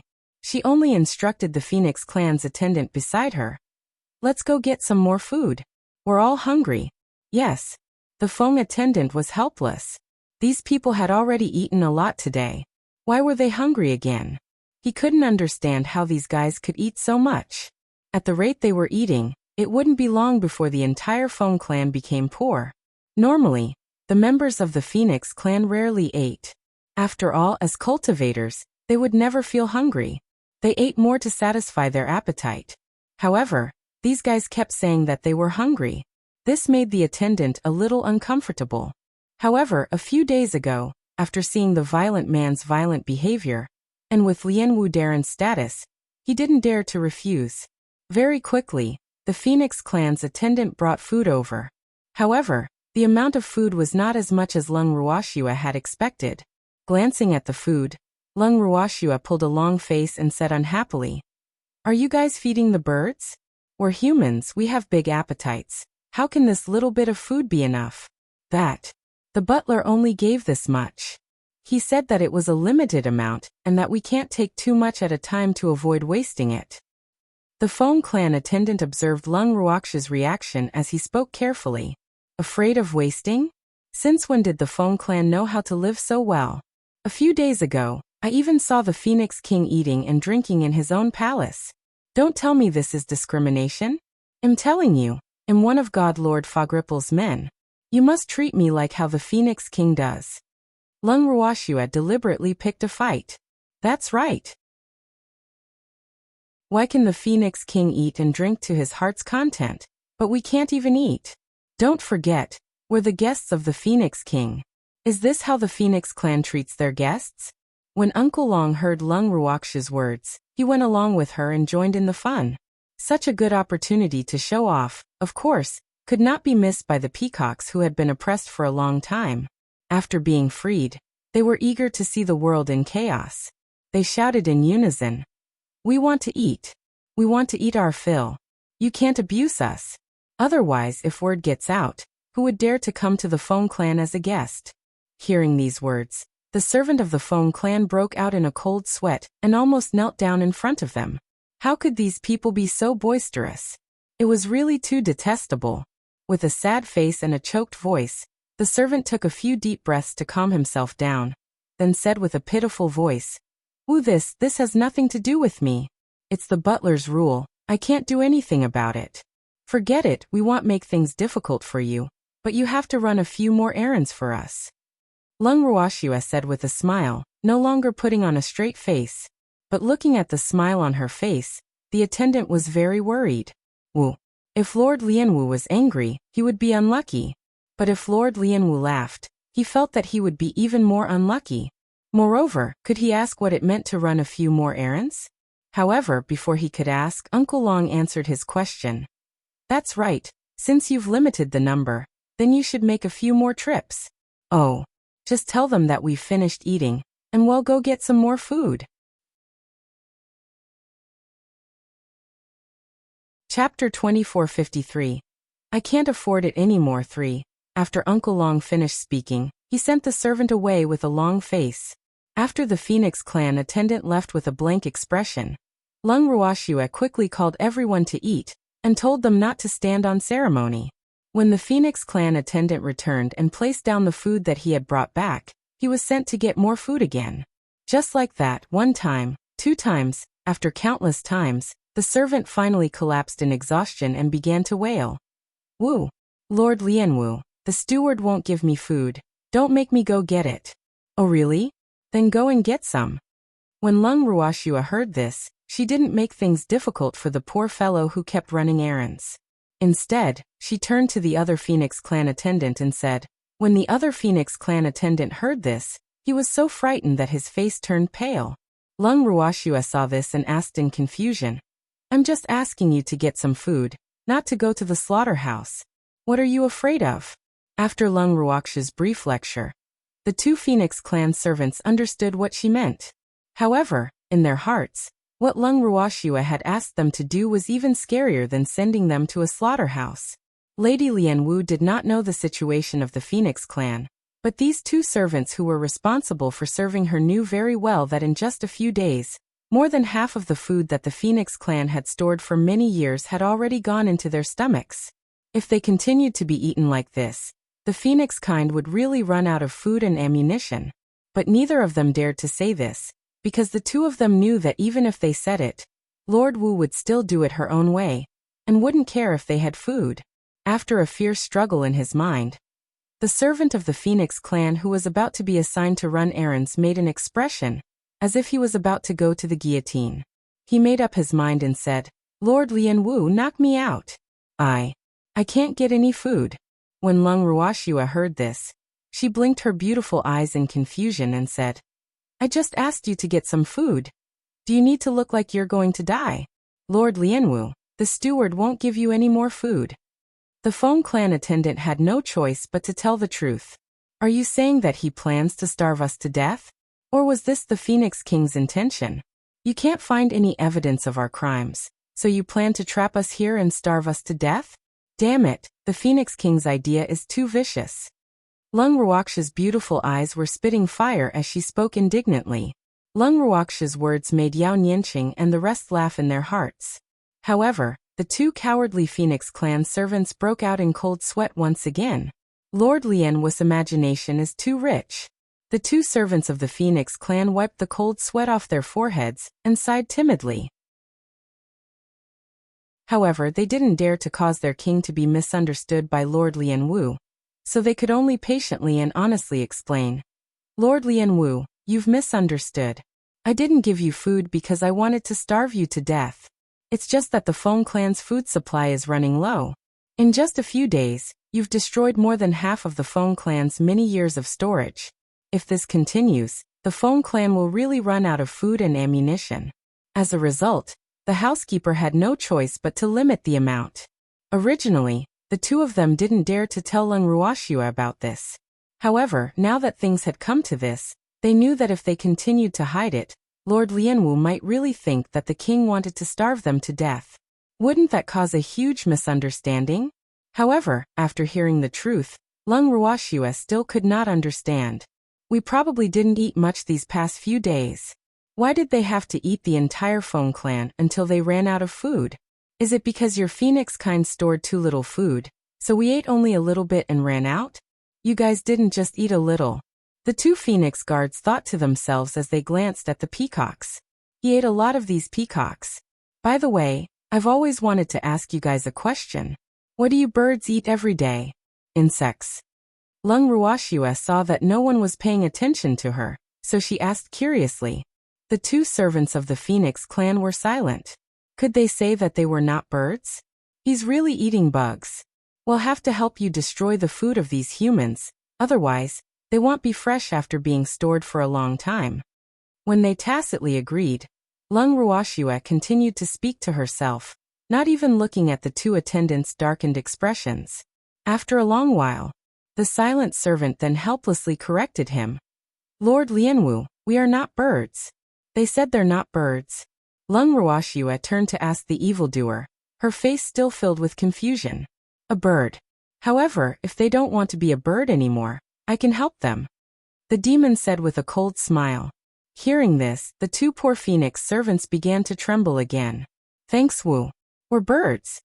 The two of them were forced by the demon's abuse of power, and admitted it without any backbone. If that's the case, you guys just have to eat the bugs. Leave the human food to us. Lung Ruoxue brought the topic back and ordered again. Just do as I said and tell your new butler to look for me if he has any dissatisfaction. By the way, this time you will go together to get food. Lung Ruoxue glanced at the servant of the Phoenix clan, who was crying, and added. These words also made the two attendants, who both wanted the other to run errands, not dare to shirk responsibility.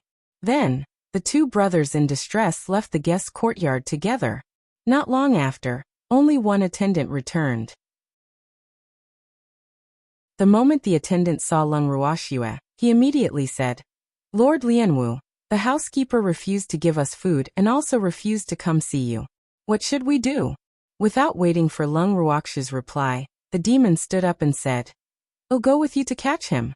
If you dare to disobey my lord's orders, you're really tired of living. The demon would not let go of the opportunity to beat up the Phoenix in public. Speaking of which, ever since he came to the Phoenix clan, he had wanted to do this for a long time. Uncle Long and the others also had the same idea. So as soon as the demon finished speaking, a few more figures stood up and expressed their desire to go with him. When the servant of the Phoenix clan who came back to report saw the fiendish look on their faces, he mourned for the new housekeeper for 3 minutes. Then, with the idea that he would rather die than die, he brought the demon and the others to find trouble with the housekeeper.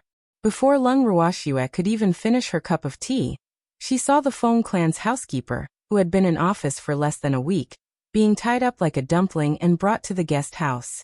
Not only that, the butler's entire body was covered in wounds, and his face was swollen like a pig's head. Blood flowed all over his face, and his human form could no longer be seen. He was really quite pitiful. Lung Ruoxue pitied him for a moment, then pretended to be confused and asked, Is this the new butler? Yes, I am. One of the Phoenix tribe servants replied with twitching lips, but his heart was filled with fear. These people were too terrifying, an entire team of Azure bandits. The housekeeper had been beaten half to death by them, and the food in the storage room had been robbed by them. Now the Feng clan really had no more food left. If Lady Wu wanted to eat in the future, he really didn't know where to get her food. Moreover, with his short understanding of Lord Lianwu these few days, Lord Lianwu would definitely ask him for food again. At this moment, he really wanted to beg the Phoenix King to let Lord Lianwu leave. I really can't afford it. However, even if he had this thought in his heart, he didn't have the guts to say it out loud. Your spine is this swollen? I heard that the Phoenix clan produces beautiful men? Lung Ruoxue asked with a pure and innocent look. You want to see a beautiful man? Then I can only beat up all the beautiful men of the Phoenix clan, until they become like this. At this moment, the demon coldly said, I don't want to see it, I'm just curious. Hearing the hostility in the evildoer's tone, Lung Ruoxua immediately coaxed him. However, the evildoer only gave her a humph and ignored her. This was the sign of him getting angry again. Lung Ruoxia's face was covered in tears. Sob. Looks like you'll have to coax her again. Lung Ruoxua felt helpless. However, at this moment, she felt that it was more important to educate the Feng clan's new housekeeper. Lung Ruoxua stood up and walked to the front of the butler. She stretched out her hand and waved it in front of his eyes. When she saw his reaction, she immediately said in a serious tone, "Look at you got beaten up so badly for some food, Sai. I feel bad for you." Woo woo. The new butler opened his eyes that were as swollen as steamed buns and looked at Lung Ruoxua in fear. He could not even complete a sentence and could only continue to wail. "You said you regret it?" "Yes, that's right. Whether you are a human or a bird, the most important thing is to know your own limits, don't you think?" Lung Ruoxua made a wild guess. Without waiting for a reply from the housekeeper, she continued, "Little bird, since this is your first offense and you've just been promoted, I won't punish you this time. Remember, don't do it again. In the future, I'll ask these 2 servants to find you for food. Remember to be quick, otherwise, the next time you meet, your end will be 100 times worse than today." Lung Ruoxia's threats scared the new butler so much that he didn't know how to react other than nodding his head vigorously. He was afraid that if he agreed too slowly, he would be treated violently again. Sob. He was really scared of being beaten up. Seeing that the butler had agreed, Lung Ruoxua did not make things difficult for him. She immediately untied him and let him go. The moment he was untied, a certain butler immediately ran away without a trace, as if he was being chased by an evil ghost. Looking at his speed, Uncle Long was deeply regretful. The beating was too light. He should be unable to run. A certain housekeeper who had been beaten up miserably, after obtaining his freedom, did not care about healing his injuries at all. Instead, he ran directly to the Phoenix King Palace. Before the Phoenix King could inform him, he immediately shouted at the top of his lungs outside the door, "King, let those demons go." Chapter 2454. The caring Uncle Long won. When the guards outside the door saw the new butler's miserable appearance, they all felt some sympathy for him. Back then, when he had just taken over the previous butler's job, many of his clansmen were envious and jealous of him, thinking that he was just lucky. However, at this moment, no one would think that way, because all the clansmen already knew that being a housekeeper was a job that could endanger one's life. This time, a certain butler's position could finally be secured. The Phoenix King, who was sitting in the Phoenix King Palace sulking by herself, was shocked when she heard the howl that suddenly entered her ears. "What are you howling for? Can't we talk things out? Hurry up and get in here." The Phoenix King held his forehead and said in an unpleasant tone. The door of the Royal Phoenix Palace was pushed open, and a housekeeper rushed in anxiously. He was not careful and tripped over the high threshold. He rolled in like a ball and directly rolled to the feet of the Royal Phoenix. Seeing this, the Phoenix King was disgusted. However, this housekeeper was promoted by her, so she had to endure it no matter how dissatisfied she was. Otherwise, it would be a slap in her face. At this time, a certain butler, who was seeing stars in front of him, raised his head and looked at his king with snot and tears in his eyes. He was about to start howling when the Phoenix King spoke first. The Phoenix King's face was filled with disbelief as she exclaimed, "What happened to you?" She hadn't heard that her butler had been beaten up, so when she saw her butler's appearance, she, who wasn't prepared for it, was shocked. The king was beaten up by those evil demons. The butler's body trembled as he spoke of his tragic experience with a choked voice. When the Phoenix King heard this, he was furious. Standing up, the Phoenix King wanted to get back at his housekeeper. However, the housekeeper was already scared out of his wits. He did not dare to let the king settle the score with those fierce and brutal people. He hugged the Phoenix King's legs tightly and wailed in pain, "My king, you can't go. Those guys were too brutal. They were not human at all. Don't you go and provoke them. You're a mid-tier pillar of our Phoenix kind. If you'll disappoint our people." The butler didn't dare to make his words too clear, otherwise, the king would probably beat him up. What he meant was, "King, you might not be a match for those people. Those people were very despicable and used to using some tricks and schemes. They were no match for them, the simple-minded members of the Foam clan." Why was he not optimistic about the Phoenix King? He mainly felt that the Phoenix King had to consider his status, so that he would not be like those despicable guys who would gang up on him. In this way, his quality would be reflected. Therefore, he was really afraid that the Phoenix King would be at a disadvantage. The Phoenix King also understood the meaning behind the housekeeper's words, but it was precisely because she understood that she was extremely unhappy. Fuck. Was this considered boosting other people's morale and diminishing his own prestige? She had clearly been bullied so badly, and she wanted to get back at him, but the person involved was still afraid of wolves in front and tigers behind. This made the Phoenix King's heart full of fire. Where should he put it? Although she was unhappy, the Phoenix King quickly calmed down. She knew that the housekeeper didn't allow her to go for her own good. Because of Lian Wu's status, even if she went, she wouldn't be able to do anything. Instead, she would be even angrier. So, she took the housekeeper's excuse and came down. Thanks. After sitting down again, her face was much better. Although it was still stiff, it was not as cold and dark as before. Why did those people beat you up? The Phoenix King finally asked after a long time. For food. They ate too much, so I refused to give them any more food. So they beat me up. At the mention of this, a certain butler felt so wrong that he wanted to buy a piece of tofu and kill himself. Hearing this reason, the Phoenix King somewhat blamed his housekeeper for being too stingy. He just ate a little more. If they wanted to eat, then just give it to them. Why did they have to be beaten up for nothing? After knowing the reason for the beating, the Phoenix King felt that the housekeeper had asked for it. The fire of anger that had just been burning was completely extinguished. Just for this. A few humans want to eat something. Why are you so stingy? Could it be that they're going to eat the entire Phoenix clan to their very last? The Phoenix King said disapprovingly. In her heart, she felt that although the Phoenix clan had just been robbed, a skinny camel was still bigger than a horse. It was impossible to eat the Phoenix clan until they went bankrupt, right? In the future, if they want to eat something, you can give it to them, as long as they're not afraid of being stuffed to death. After the housekeeper heard her words, she widened her eyes in disbelief, as if she had said something she shouldn't have. The Phoenix King added in annoyance. In her heart, she was quite dissatisfied with this inflexible butler. AI. He had thought that the butler he had promoted was smart and clever, but he didn't expect him to be so stupid. The Phoenix King was a little regretful.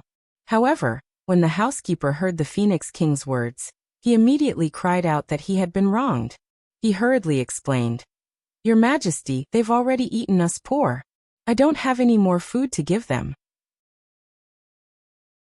In just a few short days, more than half of the food stored in our Phoenix clan's storage was destroyed by them, and the remaining food was taken away by those vicious bastards. Our Phoenix clan doesn't even have a single fruit left. What? Hearing this, the Phoenix King stood up from her seat. Did she hear it wrong?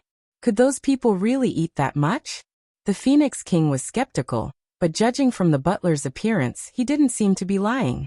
Besides, there was no need for him to tell such a lie. After all, food was not worth much to the Phoenix clan. Your Majesty, quickly chase those people away. I really can't afford to support them. The butler briefly retold what had happened and finally suggested that he did not want to see those hateful and terrifying people anymore. He was scared of being beaten up. No, the Phoenix King refused without even thinking. What a joke. She hadn't even interrogated Wu properly yet. How could they just let them go? In that case, where would she put her face as the Phoenix King? King, they eat too much, we can't afford to raise them. Moreover, those people especially like to cause trouble, and maybe tomorrow. We have to be on guard. These people will definitely be a huge threat to the Phoenix clan. We can't let them stay. The housekeeper's words were very subtle, but the Phoenix King was not moved at all.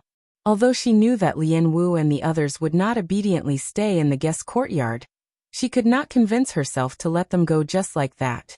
You go and do your job as usual. If they have any requests, report to me immediately. The Phoenix King ordered after thinking for a while. Yes.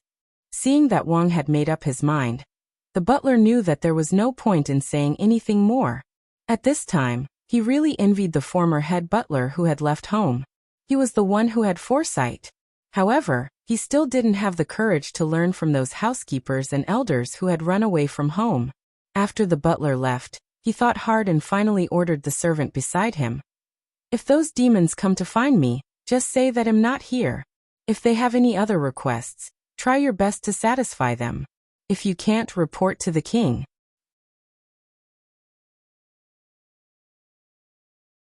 Chapter 2455. The caring Uncle Long, too. The attendant trembled slightly as he agreed. He knew that the butler wanted to escape. In fact, he also wanted to escape, but he didn't have the courage to refuse the butler's instructions. Being a higher-ranking official could crush one's life. The attendant was very worried. However, his worries were unnecessary. Under normal circumstances, Lung Ruoxue would not vent her anger on these small fries. Hence, when she heard from the attendant that the butler was not around, she did not say anything. Instead, she thought of other ways to cause trouble. In the name of finding food, she sent everyone out except for the evildoer. The guards of the Phoenix clan did not dare to stop them anyway. So no matter where they went, it could be described as unimpeded. Uncle Long and the others strolled around the Phoenix territory happily, but the peacocks didn't dare to act alone. They were afraid that they would be attacked by the Phoenix tribe. These clever peacocks followed the group closely. When the Phoenix King heard the news, he was puzzled. What did these people want to do? However, she soon found out that these people were looking for food. In order to find something to eat, Uncle Long and the others had openly visited every corner of the Phoenix territory and collected all the edible food in the Phoenix territory. In the past few days, they had gained a lot. Looking at the table full of prey, Lung Ruoxue praised Uncle Long and the others. The two Phoenix clan servants who were listening by the side were speechless and didn't know what to say. AI. Now, not only was the Phoenix territory barren, but even some low-level small beasts had become the food of these guys. They were too cruel. Although the two attendants thought so, they did not dare to say it out loud. Otherwise, if these people were to become angry and eat them as food, wouldn't it be a tragedy for them? Their only hope now was that these people could leave quickly. Unfortunately, while their wishes were beautiful, reality was cruel. Without the Phoenix King's order to leave, Lung Ruoxue and the rest did not dare to leave on their own. This was also a phrase that Lung Ruoxue often said. Every time the two attendants heard Lung Ruoxue say this, they could not help but twitch their lips. It didn't matter if the food was gone. There was still wine. The wine that Lung Ruoxue had taken out to exchange with the Phoenix clan was also found by the sharp-eared peacocks. Together with the bandit-like Uncle Long and the rest, they managed to snatch the wine away. The 100-flower wine of the Phoenix clan was not spared either, and it ended up in their stomachs. After eating and drinking well, Uncle Long had nothing else to do, so he began to practice with the peacocks in the yard. Of course, they wouldn't spar in their own courtyards. The location they chose to spar was the open space outside their residence. After destroying most of it, they continued to move. In the past half a month, Uncle Long and his people had moved to countless places, and the Phoenix kind people didn't dare to say anything. In private, there were many Phoenixes who wanted to complain to the king. However, due to their low status, they could not see the king at all. In the long run, many of the Phoenixes had no choice but to leave home. In reality, the actions of Lung Ruoxue and the others were reported to the Phoenix King by spies. However, after hearing from the spies that the other party was only looking for food, the Phoenix King did not think that the matter was too serious after the sparring session. She even pretended to be deaf and closed her eyes. By the time she realized that the situation was much more serious than she had imagined, it was already too late to control the situation. On a certain day, thanks the Phoenix King, who was sitting on the throne of the Phoenix King Palace, deep in thought, suddenly heard a loud noise, followed by a series of banging sounds. Then, she saw the door of her Phoenix King Palace break into pieces in front of her eyes. A huge object fell from the sky, penetrated the roof of the Phoenix King Palace, and fell down. The Phoenix King was stunned. After the huge creature fell, It quickly got up from the ground and patted the feathers on its body. It then glanced at the Phoenix King, smiled, and said in an embarrassed manner, "Phoenix King, I'm sorry to have disturbed your rest." Hee. A mistake. This is just a mistake. The one who spoke was a huge peacock. After saying this, it immediately fled the Phoenix King's territory before the Phoenix King could react. As they ran, the peacock who had been entrusted with such an important task thought to itself, "That was close. That was close." Fortunately, it ran away quickly. Otherwise, the Phoenix King would have skinned it. The Phoenix King only came back to her senses after the peacock had escaped. She looked at her door, and then at the huge hole in the roof. Her face darkened. Fuck. She was sure that the peacock did it on purpose. Just as the Phoenix King was thinking about this, he heard a squeaking sound coming from somewhere. The Phoenix King was confused, not knowing where the sound came from. Immediately, the entire palace began to shake violently. When the Phoenix King saw this, her face turned pale with fright. She quickly teleported away from the throne and went outside the palace. When she stood still and turned her head back, she saw with her own eyes that her magnificent golden palace had collapsed with a bang. This scene instantly caused the Phoenix King's face to darken even more. The anger in her heart also shot up to the top of her head, and she could not control it at all. Damn it! It must be the work of those peacocks. The Phoenix King was so angry that he wanted to cut those peacocks into 1,000 pieces. At this moment, the guards of the Phoenix clan who had heard the noise and rushed over saw that the royal Phoenix Palace had collapsed. Their faces turned pale, and they were at a loss. I'm finished. This time, the king would definitely be angry. The guards thought with fear. In the end, some of the smarter guards rolled their eyes and pretended to faint. With the help of the guards all reacted and fainted one by one. Seeing this, the anger in the Phoenix King's heart grew a little more. But now was not the time to settle accounts with these guys. You're lucky. The Phoenix King thought to himself with hatred. Then the Phoenix King disappeared.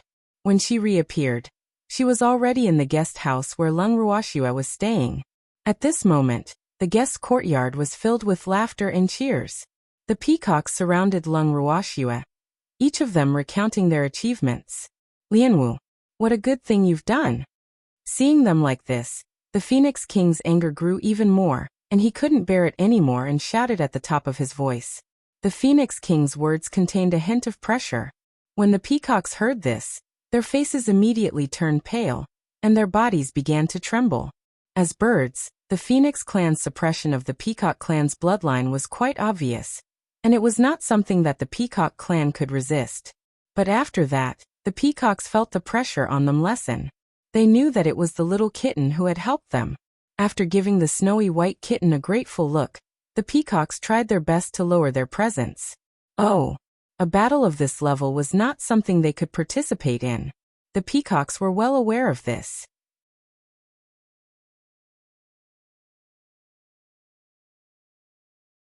Chapter 2456. The Caring Uncle Long 3. At this moment, Lung Ruoxua glanced at the furious Phoenix King and asked indifferently, "Phoenix King, what have I done? You let these peacocks smash my Phoenix royal palace." The Phoenix King gritted his teeth so hard that cracking sounds could be heard. He really wanted to go up and bite Lianwu a few times. This woman was really too hateful. There's such a thing? Lung Ruoxua blinked her clear and beautiful eyes innocently. She turned around and asked the peacocks, "Did you smash the Phoenix King's main hall?" "No, my lord. We've always been law-abiding. Why would we do such a thing?" A peacock acted as the representative and immediately said. After Lung Ruoxua heard this, she turned to the Phoenix Prince and said, "Phoenix King, you heard that. It wasn't my peacocks who did it, so don't accuse me. Otherwise, I'll complain to God Lord Fog Ripple. You still dare to quibble? I saw it with my own eyes, how could it be fake?" When the Phoenix King saw that the damned Lianwu and those lowly peacocks dared to renege on their debt, her anger immediately turned into a sea of fire. However, in the face of the shameless Lianwu, who was like a knife cutting through meat, no matter what she said it would not hurt. She really did not know what to do. In the past, because of her identity, no one in the divine world, be it the beast clan or the human clan, dared to treat her like this. After she successfully usurped the throne, everything had been smooth for her, and basically no one dared to disobey her. However, ever since she got to know Lian Wu, the Phoenix King helplessly discovered that her quiet and smooth life was gone forever. During this period of time, she had been living in depression and grievance every day. She had nowhere to vent her anger, and all of this was because of this hateful woman in front of her, who had an extraordinary identity. Although the Phoenix King really wanted to teach Lian Wu a lesson, when she thought of her current situation, the rumors in the divine world, and the potential threat that Lung Ruoxue posed, she had no way and could not do anything to this woman. At present, she really needed Wu Chen's support. Because of this, the depression in her heart slowly piled up into a mountain. Even now, she still did not know what to do with this hateful woman. The elders who could give her ideas had all run away from home. Some of them were in closed-door cultivation, and couldn't come out no matter how she called them. Thinking of all this, the Phoenix King was extremely conflicted. Lung Ruoxue could feel the Phoenix King's unpredictable thoughts, but she still smiled calmly. Phoenix King, as the saying goes, catch the thief and take the stolen goods. You said that your Phoenix King palace was destroyed by my peacocks, but do you have any evidence? You can't possibly accuse me of stealing the Phoenix clan's treasure vault a while ago. And now you're accusing my peacocks of smashing your Phoenix royal palace. Do they have the guts to do that? Lung Ruoxue's face was filled with disbelief. When the Phoenix King heard these words, her eyes widened and she said, "Didn't I say I saw it with my own eyes? I saw with my own eyes that a peacock fell from the roof of the Phoenix King palace and smashed a huge hole in my palace. How could this be fake? It's hard to say." Lung Ruoxue pursed her lips. It was obvious that she did not believe the Phoenix King's words.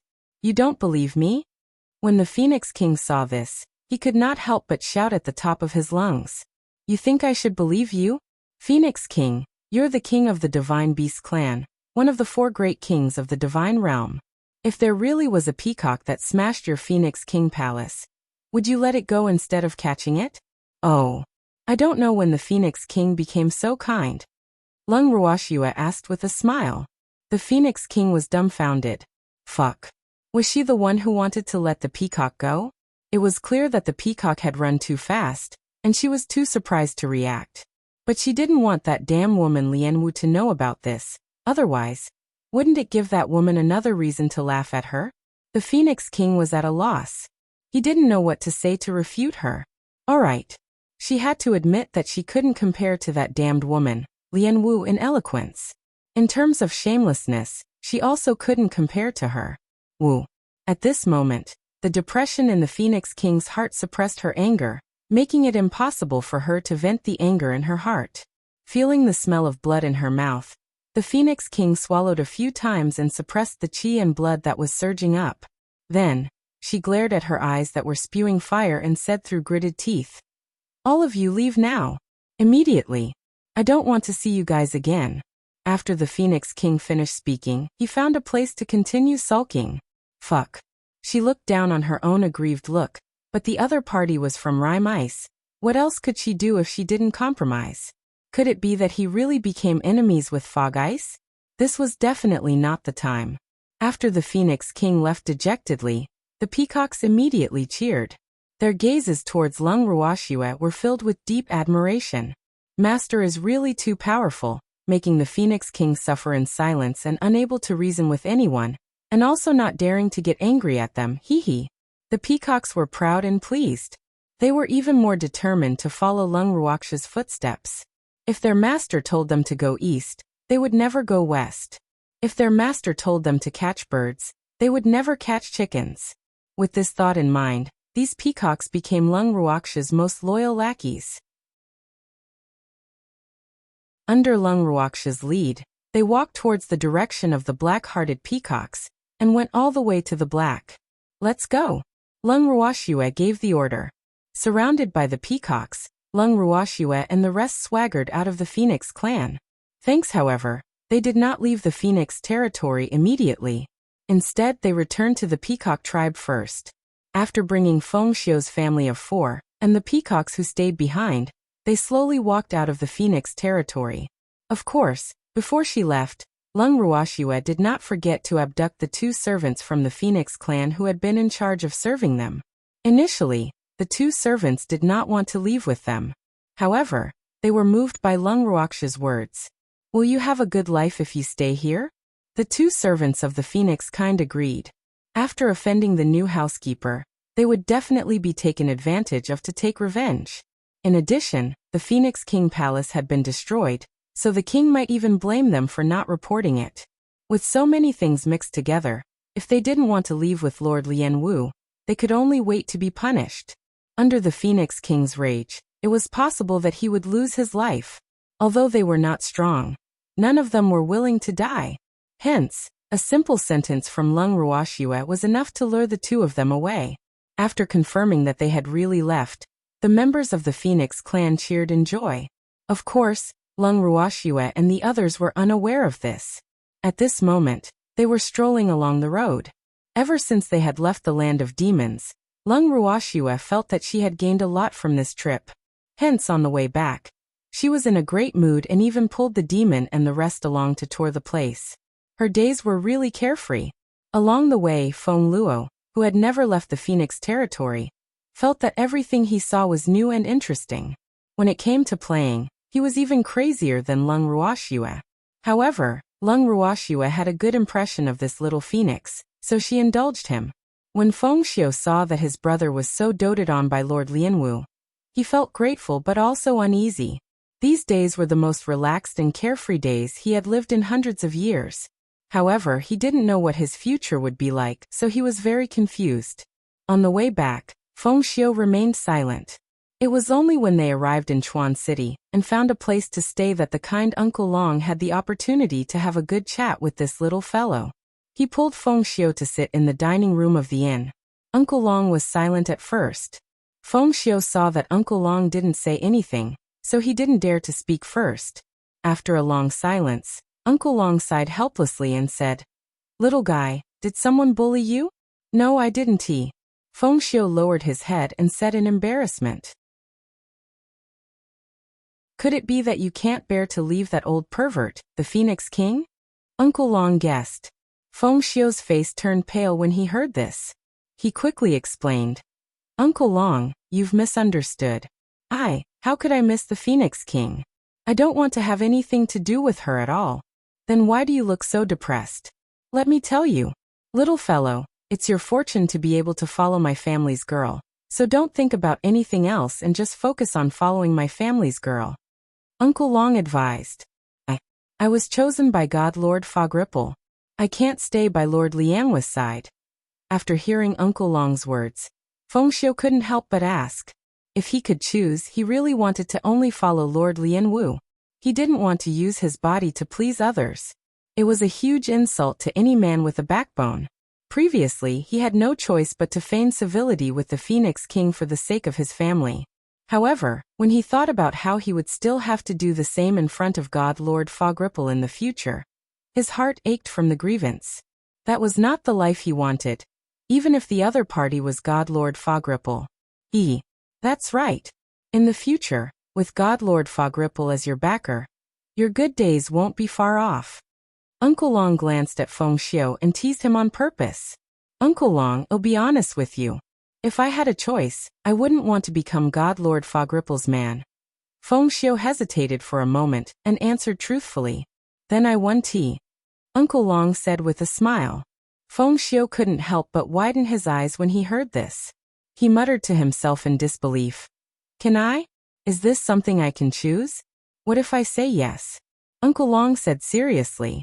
"Uncle Long, I don't understand." Feng Xiu was confused by Uncle Long's words. "Ha! Silly boy, do you really think we're from Rimais?" Uncle Long said with a smile. He found it quite interesting to see Feng Xiu's expression change from confusion to shock.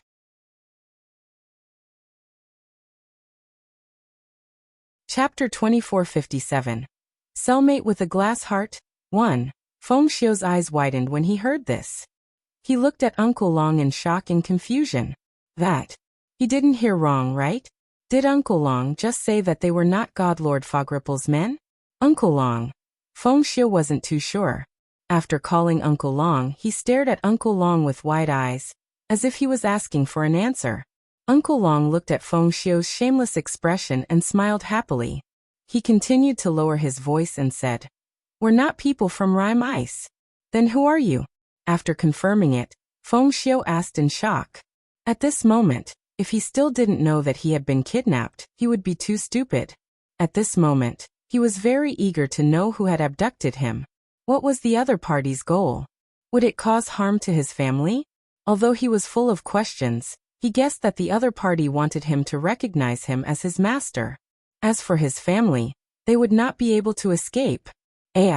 However, no matter what, it was still better than staying by the Phoenix King's side and continuing to be her male pet, or even losing her life. Feng Xiu was relieved when he thought about it this way. My family's little girl is Lung Ruoxua. Uncle Long didn't beat around the bush when he saw that the kid had finally asked. Lung Ruoxua. Is it the Lung Ruoxua that I've heard of? Is it that Lung Ruoxua who has a grudge against God Lord Rime? After Feng Xiu heard this name, he was shocked and threw out a series of questions. Uncle Long was very patient. He answered them one by one and nodded. Not bad. It's that Lung Ruoxua. This time, Feng Xiu was speechless. He had thought of many possibilities of Lord Lianwu's identity, but he had never thought that Lord Lianwu was Lung Ruoxua. After a long time, even Feng Xiu was in a daze. Uncle Long didn't disturb him, but hoped that he could think it through. That was impossible. Otherwise, he wouldn't have chosen to tell the little fellow the truth today. After an unknown amount of time, Feng Xiu finally regained his senses and sighed with a relaxed expression. I didn't expect my future master to be Lung Ruoxua. Upon hearing this, Uncle Long was extremely satisfied. This little guy was quite sensible. Uncle Long was especially satisfied with the word future master. Although Shuer didn't explicitly say that she would take Feng Xiu as her beast, it was the wisest and most correct choice for Feng Xiu to have this awareness. Little fellow, you should be secretly happy to be able to stay by the girl's side, Uncle Long said in a reserved manner. Feng Xiu nodded. He had no other choice. Since the other party dared to tell him his true identity, it was likely that he was certain that he would not dare to escape easily. This time he had implicated his family. Feng Xiu was a little worried, but he quickly adjusted his mood. Knowing that he no longer needed to be a male pet for God Lord Mist Ripple, and that he had successfully escaped from the Phoenix King's pestering, he felt much more relaxed. Even though the future master was Lung Ruoxua, and there would be a lot of trouble in the future, he would still benefit from it. At this moment, he only thought that by following Lung Ruoxua, he could get rid of the Phoenix King. It was also a good thing. However, he didn't realize what Uncle Long meant when he said that he should be secretly happy by Lung Ruoxua's side. However, after he understood the true meaning behind Uncle Long's words, he felt that he should really be secretly happy. After that, Uncle Long assumed the attitude of an understanding uncle and began to chat with Feng Xiu. Knowing that he didn't need to go to God Lord Fogripple's place, Feng Xiu relaxed and was happy to cooperate. Thanks, the two of them chatted from noon to night. When it was time for dinner, Uncle Long pulled Feng Xiu to Lung Ruoxua's room. As soon as they entered the room, Uncle Long immediately got straight to the point. Girl, we're hungry. Feng Xiu was a little embarrassed. Well, could he say that he wasn't hungry? Glancing at the slightly blushing Feng Xiu, Lung Ruoxua smiled and said, "Then let's go eat." With that, Lung Ruoxua immediately moved Uncle Long and Feng Xiu into the bracelet.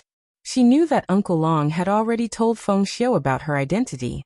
In this case, she would naturally let Feng Xiu know her secret. Otherwise, how could she settle this little phoenix's heart? Just as Lung Ruoxua had expected, Feng Xiu felt his vision go blurry. Then, he realized that he was no longer in his room. As he was new here, he was not used to it at first, but when he saw what was in front of him, he could not help but widen his eyes. Where was this place? Why were there so many beasts? He knew the peacock race, the eagle race, the condor race, and many others. This was definitely not the phoenix territory. In just a short moment, Feng Xiu's mind was in a whirl. The expression on his face changed from the initial shock and disbelief to extreme calmness. As for the other beasts, They were also surprised for a moment when they saw Feng Xiao. However, they regained their senses before Feng Xiao and went back to their own business. "Little guy, let's go and eat." Uncle Long pulled Feng Xiao's arm enthusiastically and came to the middle of the crowd of spirit beasts, looking for a place to sit down. The Eagle tribe leader first gave a piece of roasted meat to Uncle Long with a fawning expression, then handed another piece to Feng Xiao. After that, he tactfully did not disturb them anymore. Although Feng Xiao had calmed down, he was still full of questions. He held the roasted meat in his hand and was in no mood to eat it. He just stared at Uncle Long. Uncle Long felt very uncomfortable under Feng Xiao's fiery gaze. He pretended to be unhappy and growled, "Hurry up and eat." Oh, although Feng Xiao responded, he was still absent-minded. While gnawing on the roasted meat, his mind had long flown away. When Uncle Long finally finished eating and drinking, Feng Xiao couldn't help but ask, "Uncle Long, quickly tell me what this place is. How can there be such a beautiful place?" While Uncle Long was eating, Feng Xiao had already looked around the surrounding scenery. The more he looked, the more amazed he became. He couldn't help but want to know where this place was. However, he didn't dare to disturb Uncle Long while he was eating. "This is the little girl's space." Before Uncle Long could reply, a woman's voice rang out. When Feng Xiao heard this familiar voice, he immediately stood up and looked at the owner of the voice, the mother parasol tree, with a respectful expression. Old ancestor. He didn't expect that his future master would also bring the old ancestor here. However, the spiritual energy here was so dense that it was indeed very suitable for cultivation. "Feng Xiao, young man, welcome to become an official member of this place." The mother parasol tree smiled as she sized up Feng Xiao. "Thank you, forefather." After meeting the ancestor of the parasol tree, Feng Xiao was relieved. At least he knew that he was not alone by his future master's side. He had the parasol tree tribe to accompany him. With the help of the parasol trees, he would not have to worry about his future cultivation.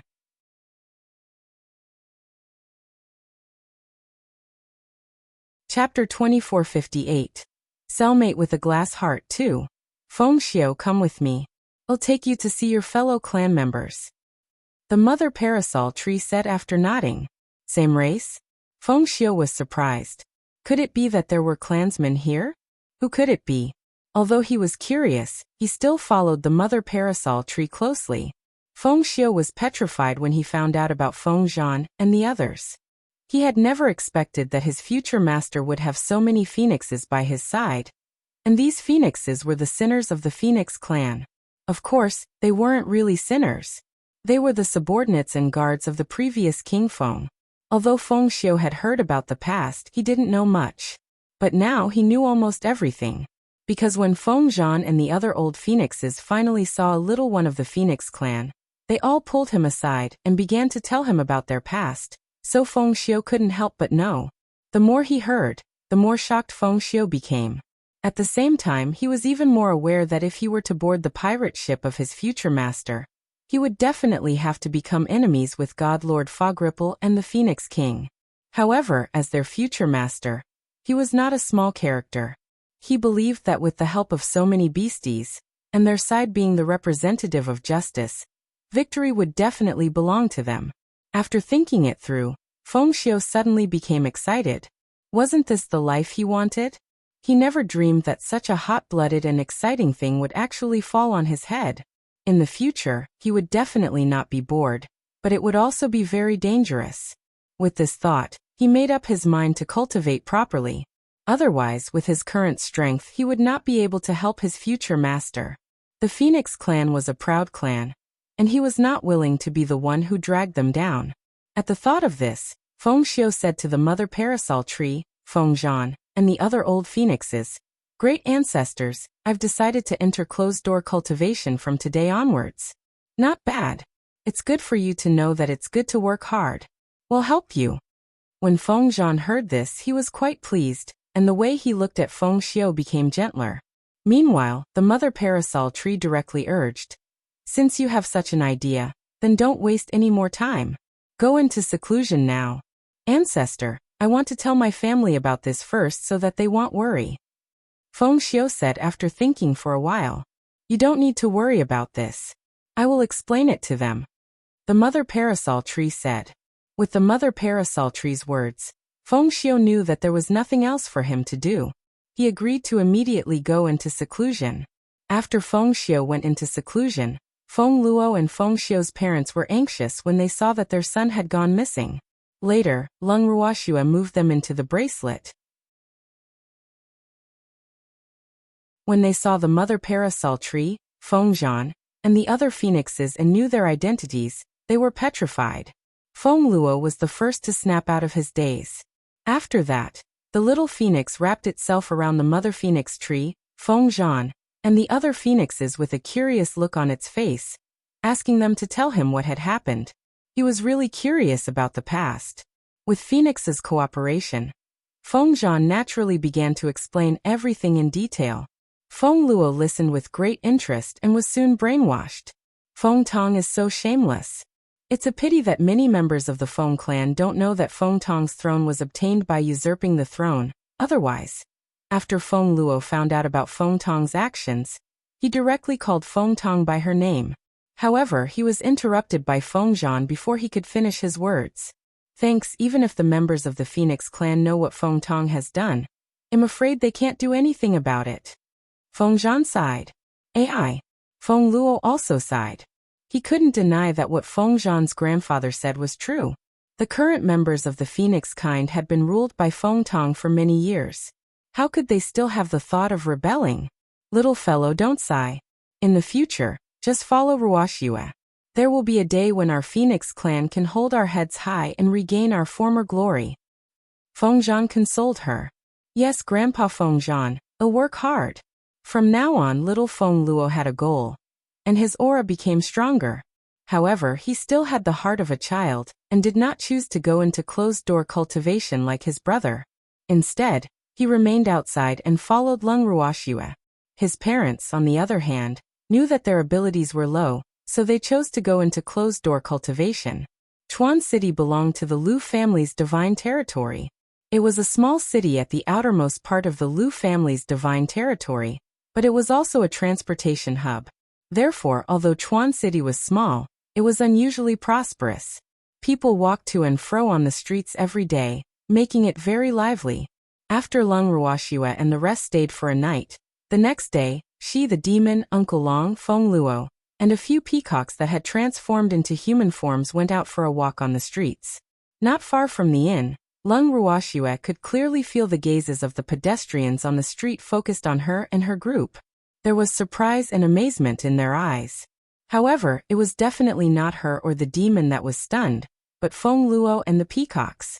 In an instant, Lung Ruoxue started to regret bringing these gorgeously dressed guys out for shopping. These incomparably beautiful men were clearly a huge problem. Sensing that their master seemed to be slightly regretful, the peacocks hurriedly flashed a beautiful smile at Lung Ruoxue to please her. Sob. I can't let master hate me. Seeing them like this, Feng Luo also revealed an alluring smile, which made Lung Ruoxue's head hurt even more. Did these guys not think that it was chaotic enough? It was actually randomly discharging electricity. This time, the surrounding pedestrians also burst into a commotion. Oh my God! It's so beautiful! Such a beautiful man is actually smiling so happily at an ugly woman. What a waste of God's gifts. They felt that it was not worth it for the beautiful man. Of course, those who had such thoughts were mostly women who would say that the grapes were sour when they couldn't eat them. Their gazes towards Lung Ruoxue were also filled with envy, jealousy, and hatred. This scene, as well as the crowd's anger and dissatisfaction, made Lung Ruoxue feel extremely helpless. By right, cultivators were not too ugly, so could these people not reveal such infatuated expressions? She had caused Lung Ruoxue to think that she had returned to the lower realm. However, Lung Ruoxue didn't want to be too calculative with these people. One must know that these bystanders weren't very powerful. Many of them weren't even god kings. Hence, Lung Ruoxue didn't want to bully them. She just wanted to ignore them. However, there was someone who did not allow them to be at ease. Lung Ruoxue and the rest did not even do anything. and a woman brought her guards to capture them without saying a word. The reason was that it affected the appearance of the city and hindered traffic. After Lung Ruoxua heard this reason, she was extremely calm. She stopped Feng Luo and the rest from causing a commotion, and followed the woman to the prison in Chuan City. When the woman saw that Lung Ruoxua was so tactful, she was so proud that she was about to raise her tail to the sky. However, on the way to the prison, Lung Ruoxua and the others received many sympathetic gazes.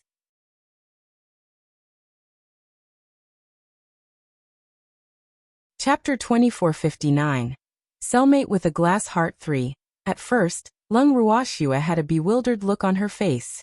Later, Jing Tsong translated for her, and she found out that this woman was the daughter of the city lord of Chuan City, Lu Rong, who was secretly known as the tyrant of Chuan City. When they arrived at the cell, Lung Ruoxua was not too satisfied with the dark environment, but she still cooperated and led the evil demon and the others into the cell. Lu Rong, who was closing the cell door, was even more satisfied when she saw how cooperative the other party was. After Lu Rong left, Feng Luo looked at Lung Ruoxua in confusion and asked, "Master, why do we have to be so obedient?"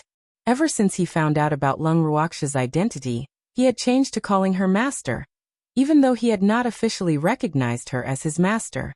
"Don't you want to know why we were caught?" Lung Ruoxua asked back with a smile. Feng Luo didn't know how to answer.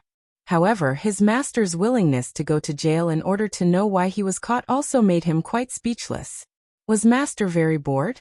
Feng Luo couldn't help but secretly guess. "Master, is that ugly monster planning to attack us?" A peacock said very cleverly. Lung Ruoxua glanced at him and thought to herself, "You've found out the truth." According to Tsong, that woman had indeed taken a fancy to Feng Luo and those peacocks, and he had wanted to know how that woman had planned to get Feng Luo and the others, so he had cooperated and been caught. However, he couldn't say this out loud. Otherwise, that little fellow Feng Luo would definitely be furious. Hee. Lung Ruoxua laughed evilly as she looked at the peacocks. The peacock clan was really full of beautiful men. Any peacock that took on a human form was so beautiful that it made people gasp in admiration. As Lung Ruoxua was fantasizing in her heart, a soft sigh came from the cell next door. "AI, if you're caught, don't even think about leaving." Hearing this, Lung Ruoxua turned around and saw that the person who spoke was also a young man. She couldn't help but ask curiously, "Why were you caught?" "I don't know. I was in the middle of exchanging phoenix fruits with someone else, and was caught by accident. I heard that the guy who exchanged phoenix fruits with me had stolen something from the city lord's mansion. So he was brought directly into the city lord's mansion on the day he was caught.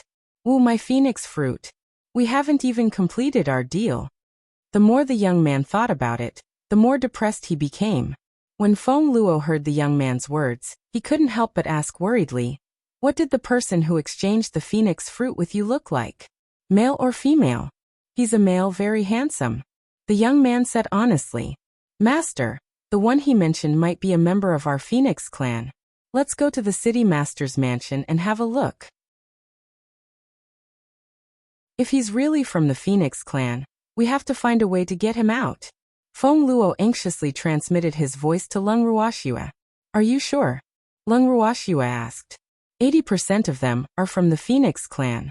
The phoenix fruit is the most precious fruit of the phoenix kind. Except for the members of the phoenix kind, no one else has a chance to get it, unless our phoenix kind is willing to trade with them. Feng Luo said honestly, "Since that's the case, let's find an opportunity to sneak into the city lord's mansion and take a look." Lung Ruoxua said after some thought. "When are you going?" Feng Luo asked, burning with anxiety. "In the dead of the night." Lung Ruoxua laughed evilly. That was the best time to do bad things. Late at night? Feng Luo was a little dumbfounded. Wouldn't that still take a long time? They had just had breakfast not long ago. By the time it was late at night, would the suspected Phoenix clansman's innocence be lost? He was really worried. Seeing through Feng Luo's thoughts, Lung Ruoxua turned to look at her cellmate in the cell next door and asked, "How long has it been since the man who wanted to trade the phoenix fruit with you was brought into the city lord's mansion?" "It's been so many days," the young man said after thinking carefully. "I'm finished." Feng Luo thought to herself, it's been so many days, her innocence must have been lost. In fact, after the peacock's reminder, he immediately thought of the purpose of capturing their woman. However, with his master around, he was not worried about his safety. If there was really danger, he could just enter his master's space. But now he was a little worried about the man who seemed to be from the Phoenix clan. For any man, it was unbearable to be forced to lose his innocence. Feng Luo seemed to have already foreseen the tragic fate of that man. As he thought about it, his eyes turned red and tears welled up in his eyes. Lung Ruoxue took a look and jumped in shock. Was this child worried about his situation? Don't be afraid. I'm here. I won't let that woman touch a single hair on you. Lung Ruoxue quickly consoled him. When he heard her say this, Feng Luo burst into tears. Lung Ruoxue was dumbfounded. What? What was going on? Feng Luo, this child. Was he scared? Ai. That woman was the daughter of the city lord. Unruly, overbearing, and unreasonable. A helpless sigh accompanied by Feng Luo's crying could be heard again. Lung Ruoxue was speechless. Thanks. Why was this person adding fuel to the fire? Can't you see that your child is crying? After hearing what the man said, Feng Luo cried even harder. Upon seeing this, Lung Ruoxue's icy dagger-like eyes shot towards the cell next door. However, perhaps her neighbor's reaction was too slow, for he did not sense that danger was coming. I won't be able to get out easily. The man continued to speak. Lung Ruoxue couldn't take it any longer. She immediately roared. You shut up. This time, the young man finally reacted and looked at Lung Ruoxue with a face full of fear. He had been shouted at. In fact, he was so talkative just because he wanted to find someone to chat with. He had been locked up for several days, and he had been the only one in the empty cell. He had been lonely and unbearable. However, after being yelled at by Lung Ruoxue, he became much more obedient. That woman was so fierce. Tears welled up in the young man's eyes as well. However, he was not Feng Luo. Lung Ruoxue would not feel sorry for him. She glared at the young man before turning around to coax Feng Luo. Little Luo, don't cry. Didn't I say that I would protect you? What are you afraid of? Lung Ruoxue was a little vexed. Did this little fellow not believe that she could protect him? Look at how sad she was crying. I'm afraid that the person who was brought into the city lord's mansion will be bullied. Feng Luo sobbed and spoke the truth. Little Luo, that person might not have anything to do with you. Lung Ruoxue consoled him. How did she not know that Feng Luo also had times when he was sentimental and sad? This had nothing to do with him at all. I have a feeling that that person should be one of my clansmen. Feng Luo said in a low voice. Don't think about it. Well, go take a look tonight. Lung Ruoxue coaxed. Yes. Feng Luo nodded. In the following waiting time, Feng Luo was like an ant on a hot pan, pacing back and forth in the cell uneasily. The peacocks were already dizzy from his antics. However, they knew that Feng Luo wasn't in a good mood, so no one dared to ask him to stop spinning. They could only endure it. It wasn't easy for her to sneak into the middle of the night, when the moon was dark and the wind was strong. Lung Ruoxue took out a thin iron wire, and pried open the cell door lock in 2 or 3 moves. Feng Luo was the first to run out when he saw this. After giving everyone a look, Lung Ruoxue and the rest were about to leave when their neighbor called out to them. Save me. Don't leave me alone. The young man didn't expect the woman in front of him to have a way to open the lock. At this time he didn't care about his fear and directly asked for help. Lower your voice. Lung Ruoxue was furious, but she still opened the lock for him. After the young man came out, he thanked Lung Ruoxue profusely, and even said that he wanted to repay her kindness. Lung Ruoxue only shot him a cold glance, and the young man immediately shut his mouth. He looked at her with an aggrieved expression. As long as you keep your mouth shut, I'll consider it as you've repaid my kindness. Lung Ruoxue said in an unpleasant tone. This man was too noisy. The young man was speechless. He didn't know when he had become so unpopular. This hurt him quite a bit. My name is Cheng Mu, and I'm from the Cheng family. I'll always remember your kindness in saving my life. If you need my help in the future, just come to the Cheng family to find me. Although she was not well liked, Chengmu, who felt hurt, felt that she still needed to let them know her identity. Maybe these people would change their opinion of her. Cheng Mu's wish was beautiful, but the truth was absolutely cruel. After hearing the young man's name, Uncle Long sized him up seriously. In the end, he said helplessly, "As a member of the Chung family, you can still be arrested. It looks like you're quite useless." Chengmu burst into tears. How could these people hurt other people's glass hearts like this? In fact, what he wanted to say was, "Weren't you all caught too?" However, he didn't dare to say this in front of that fierce woman. At this moment, he heard Lung Ruoxue agree. "It's quite useless." He even claimed to be a member of the Chung family. After knowing the young man's identity, not only did Lung Ruoxue not think highly of him, she even looked down on him. They were caught on purpose because they didn't want to reveal their identities. However, she believed that even if the man in front of her revealed his identity, he wouldn't believe it. In reality, Lung Ruoxue had found out the truth. Before Chengmu was arrested, he had indeed said that he was a member of the Chung family. Unfortunately, Lu Rong did not believe him at all, who asked Chengmu to not have any evidence at all. As such, he could only be in for a tragedy. However, he deeply felt that being locked up was definitely not comparable to the contempt and blow these people in front of him were giving him.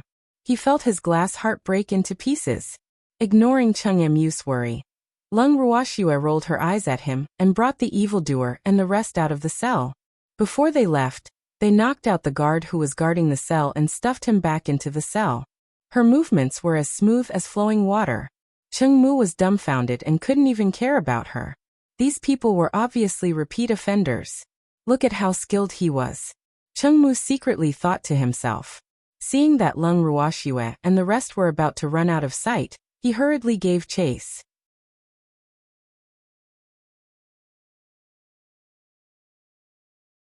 Chapter 2460. Seeking a Sugar Daddy? 1. Wait for me. Chengmu was panting heavily. After finally catching up to Lung Ruoxue and the rest, who knew that they would suddenly increase their speed. Now, the distance between him and the other party had widened again. Helplessly, he finally could not help but call out, "Schwer, that guy is following us." The demon saw the other party's stubbornness from the corner of his eyes, and a trace of displeasure flashed across his face as he reminded, "Don't mind him." Lung Ruoxue said indifferently. She pulled the evildoer along and gave Uncle Long, Feng Luo, and the peacock a look. The few of them started to speed up again.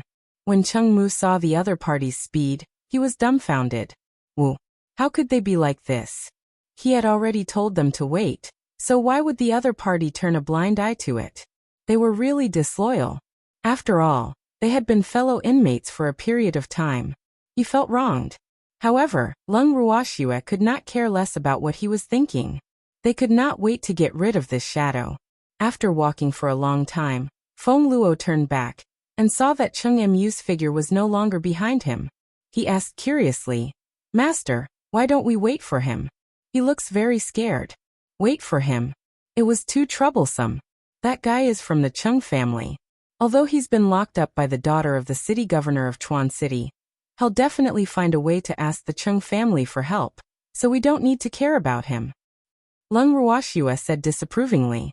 "Oh, yes," Feng Luo replied. He no longer bothered about this.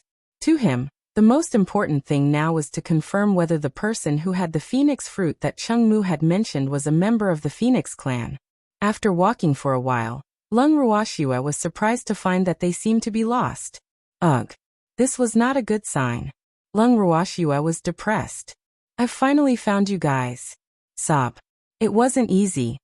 Just as Lung Ruoxue and the rest were walking around in circles in Chuan City, a voice that they did not want to hear rang out. Lung Ruoxue furrowed her brows and turned to look at Chengmu, who was still haunting her. She said in an unpleasant tone, "Why are you looking for us? I want to go to the city lord's mansion with you. I still need to find that person to trade the phoenix fruit." Chengmu said matter-of-factly, her face clearly saying, "You guys can forget about getting rid of me." When Lung Ruoxue saw the other party's stance, she felt her head throb. She knew that this guy would be a big problem, but she didn't expect that he would actually stick to them. It was really too hateful.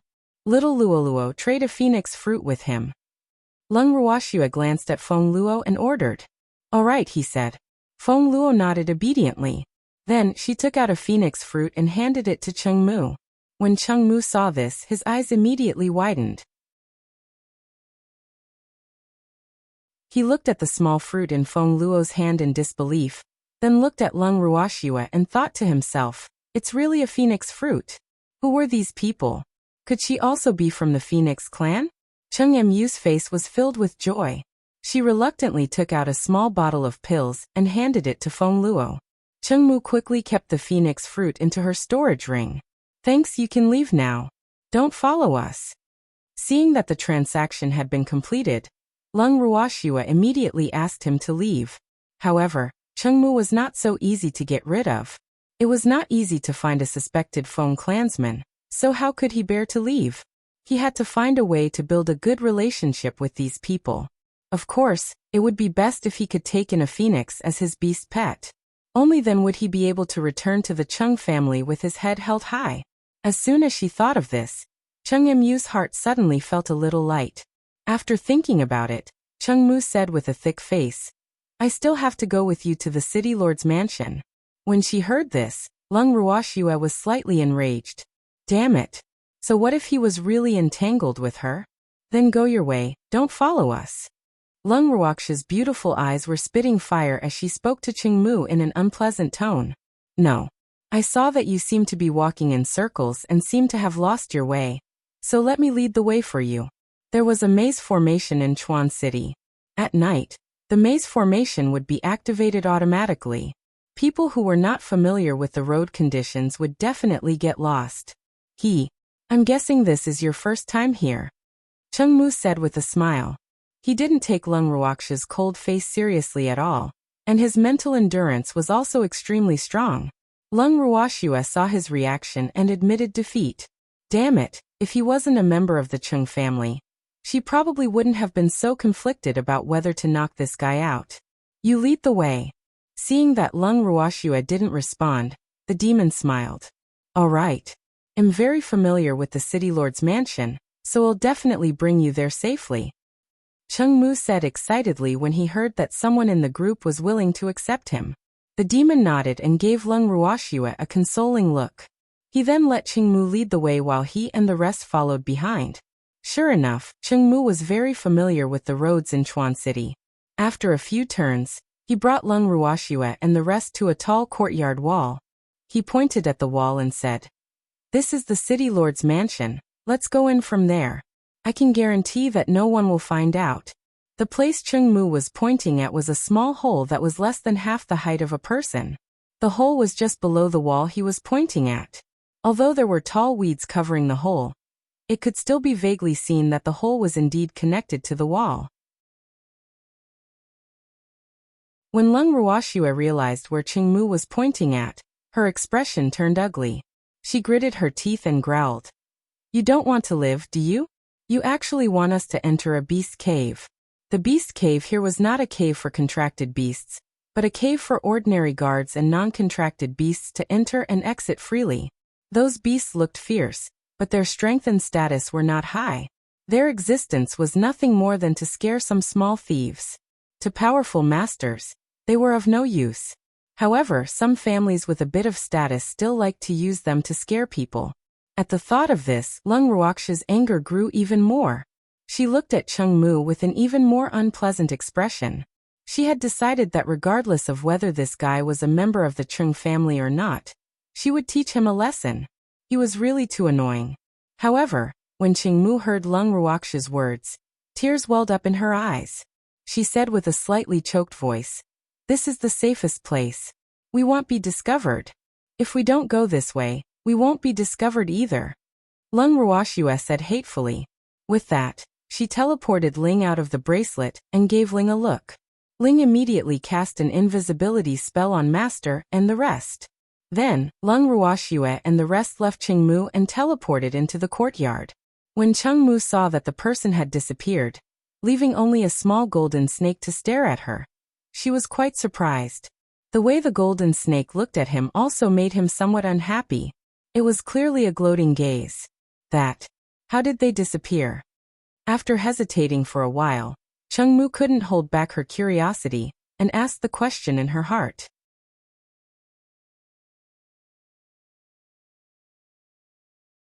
Chapter 2461.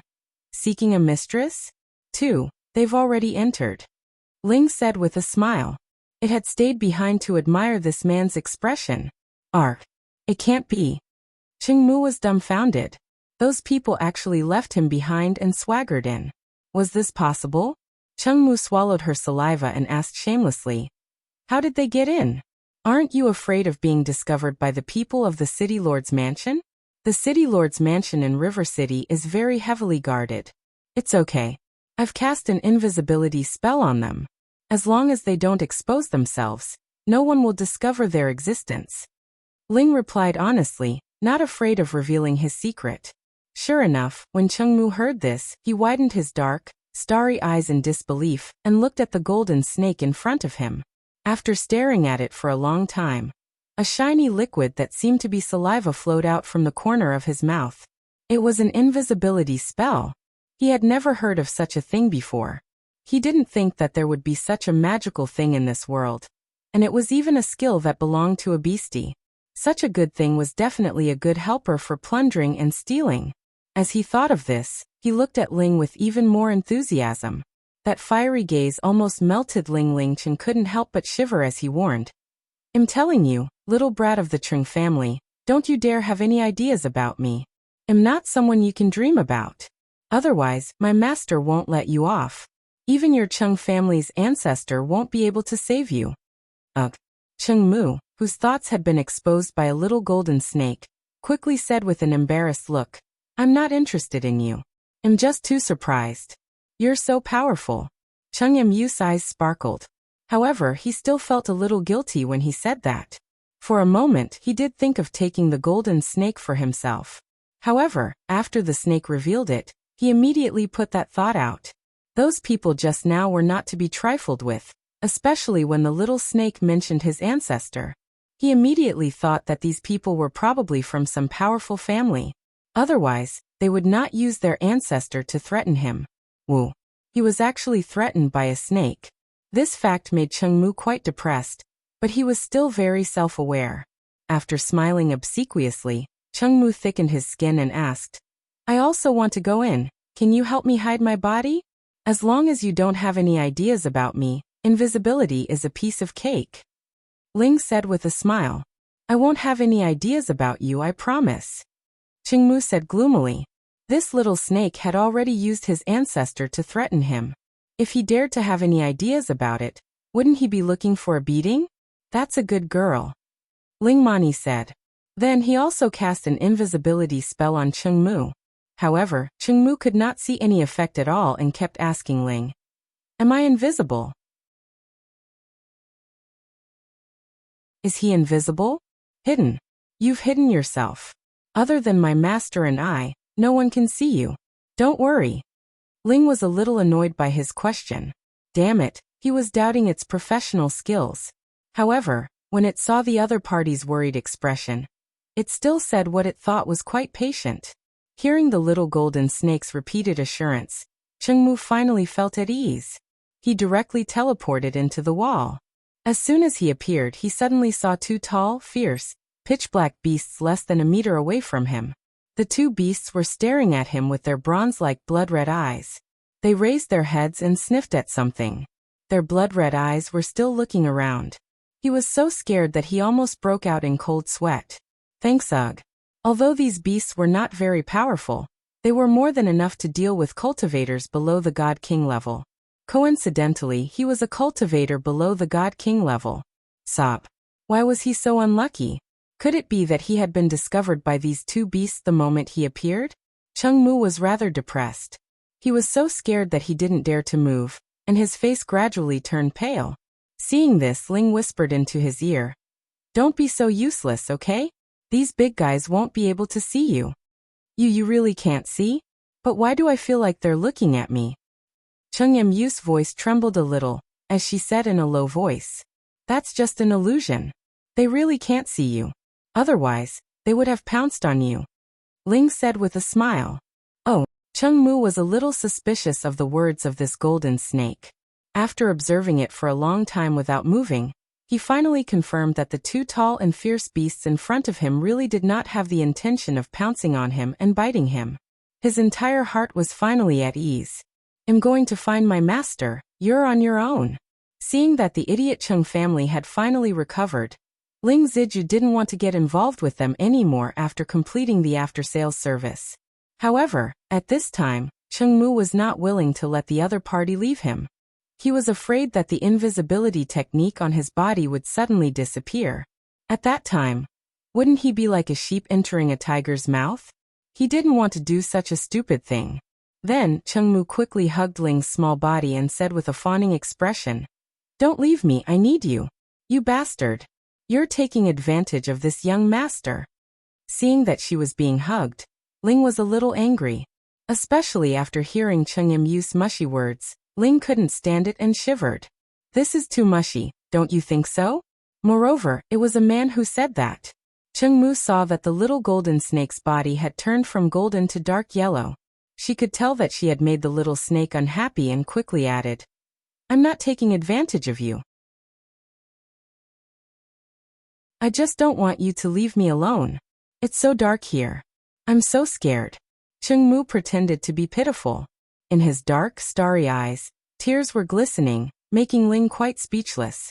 After thinking for a long time, Ling couldn't stand the pitiful look of this man, and agreed to bring him along to find his master. At this moment, Lung Ruoxua had already found the courtyard where the suspected Feng clansmen were being held under Tsang's guidance. After Ling contacted his master, he directed Cheng Mu to head straight to the courtyard. It was undeniable that Cheng Mu was a person with a good sense of direction. It did not take long for them to arrive at Lung Ruoxua's courtyard to gather with them. Lung Ruoxua, who was waiting for Ling outside the courtyard, saw that Cheng Mu had actually followed her. Her face sank and her mood instantly became unhappy. "Master." Ling didn't notice Lung Ruoxua's displeasure and pounced into his master's arms like a spoiled child. He wrapped his body around her wrist and stayed there. Seeing Ling Aojiao's small appearance, Cheng Mu secretly envied her. When would his beastie be so close to him? He had a beastie, but unfortunately, that beastie didn't even bother with him and often gave him a hard time. He still had to treat that beastie like an ancestor. After all, at critical moments, if that beastie was in a good mood, it would still attack. But most of the time, don't count on that guy.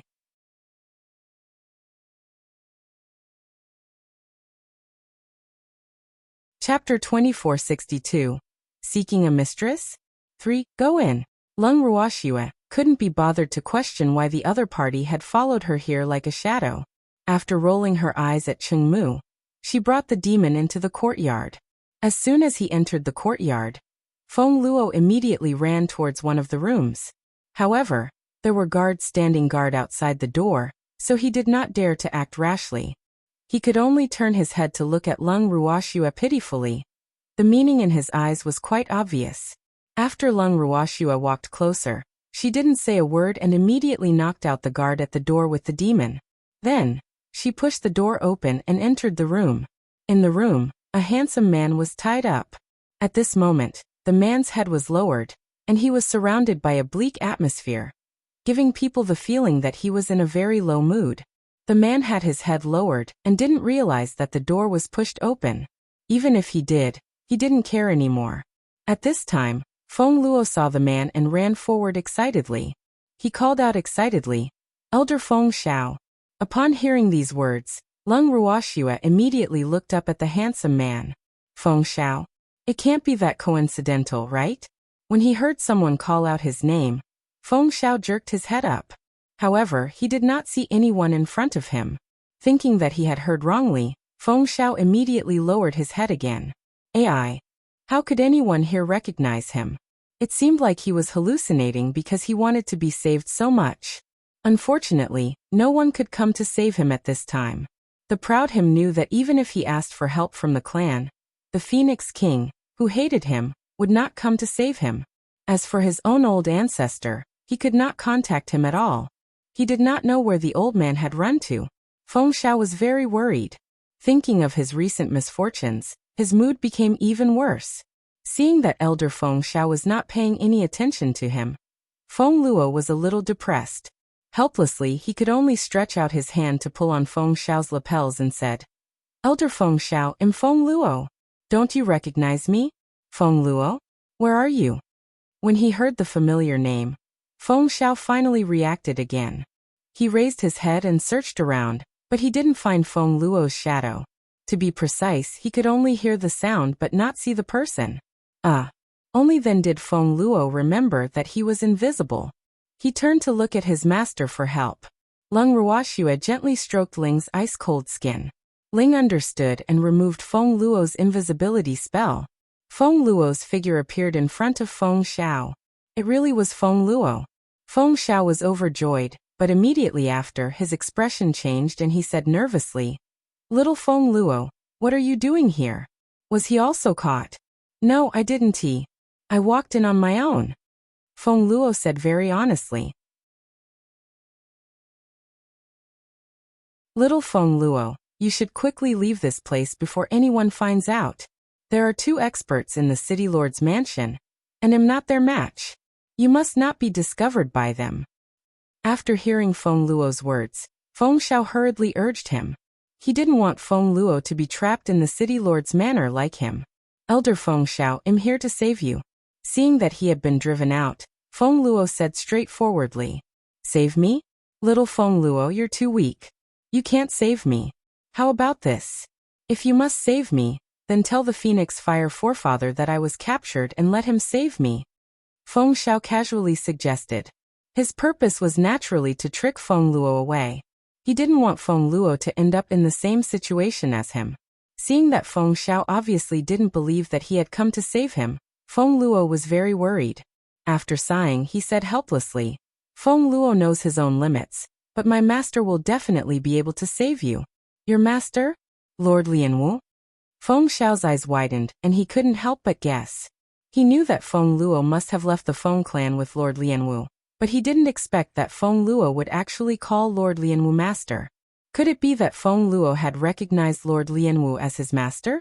His heart was full of questions, but after seeing Feng Luo's confident expression, Feng Xiao had to admit that if Lord Wu was here, it would indeed be much easier to save him. Who asked him to have such a strong backing? The Lu family wouldn't dare to not give face to the God Lord's manor. However, he didn't have much confidence in his heart. He didn't know if Lord Lianwu would offend the Lu family for him. After all, he didn't have a deep friendship with Lord Lianwu. Seeing his reaction, Lung Ruoxue immediately appeared and smiled. "Feng Xiao, right? Feng Hua told me your name and asked me to take care of you. You know my family's old ancestor?" Hearing this, and seeing Lord Lianwu suddenly appear, Feng Xiao was quite surprised and shocked. Regardless of what skill Lord Lianwu and Feng Luo used to make him unable to see them, he just said that his ancestor was very good at pretending to be sick. When did he have a friendship with Lord Lianwu? He really couldn't understand. Not only do we know each other, but we're also very familiar with each other, Lung Ruoxue said with a smile. These words successfully caused a confused look to appear on Feng Xiao's face. Seeing this, Lung Ruoxue decided to tell the truth. "I'm Lung Ruoxue, not some Lord Lianwu." Feng Xiao was petrified. Thanks Qingmu, who heard Lung Ruoxue reveal her identity, was equally shocked. "Lung Ruoxue? This ugly woman was actually the legendary Lung Ruoxue? The Lung Ruoxue that old grandmadam always mentioned? No wonder she didn't put him in her eyes at all after hearing his identity. No wonder other people's beastie dared to threaten him. Who would dare to provoke a beastie with such a fierce master? Sob. He must hug onto this thick leg. With Lung Ruoxue's support, he believed that his clansmen would not dare to look down on him anymore. Old grandmadam would also not scold him all the time. The moment such a thought appeared, Chung Imyu's mind was instantly on fire. He did not do anything but throw himself onto the ground and hugged Lung Ruoxue's leg. "Master Ruoxue, please be my mistress." In an instant the scene was silent. Uncle Long, Feng Luo, and the peacocks all held their breaths, not even daring to breathe loudly. The petrified Feng Xiao, after hearing these words, also came back to his senses. Although he couldn't see the person who spoke, these words still successfully made him feel confused. As the person involved, Lung Ruoxia's head was filled with black lines. She did not know what Qingmu, who came out to steal the show, was trying to do. He's really bold. Didn't this guy feel the cold wind blowing around him? Lung Ruoxia did not need to look to know that the demon's expression was definitely not good. Ling, who loved to see the world in chaos, saw this scene and quietly removed the demon's invisibility technique. The dark-faced evildoer was already standing next to Lung Ruoxia. Qingmu, who had only realized it later, suddenly felt a chill down her spine. Qingmu, who had shrunk his neck and felt his heart palpitate, turned his head slightly and saw a face that had already turned black appear on his right. Immediately, he quivered and thought to himself, What is this guy trying to do? A kept woman? The evildoer asked coldly without letting Qingmu wait for too long. You also want to recognize Shui-er as your master? Azure also joined in the fun and asked. Although the other party's 3 words made him very unhappy, he was still very happy to watch when he saw someone causing trouble for the evil man. I just want a kept woman, Qingmu said in a low voice. Although he was a little slow to react, at this moment, even if he was slow, he could feel that one of the 2 voices was very angry and the other did not have a good heart. You don't want to recognize me as your master? Azure asked indifferently. Qingmu was silent under Tsong's questioning. Alright. He had to admit that even though he did not mean it when he called her Master Ruoxia, it was true that he wanted to be her mistress. But looking at the situation now, it seemed that he only wanted to succeed in keeping her as a mistress. However, as a direct descendant of the Chung family, how could he have a master? If his clan members knew about this, he would definitely be hunted down. Qingmu did not dare to take the risk of being hunted down by his clansmen. The price was too high. I am begging you to be my mistress. After a long silence, Qingmu whispered again. These words also successfully made evildoer's face darken even more. He really didn't know how to repent. The demon gritted his teeth in anger, wishing he could kill this eyesore right now.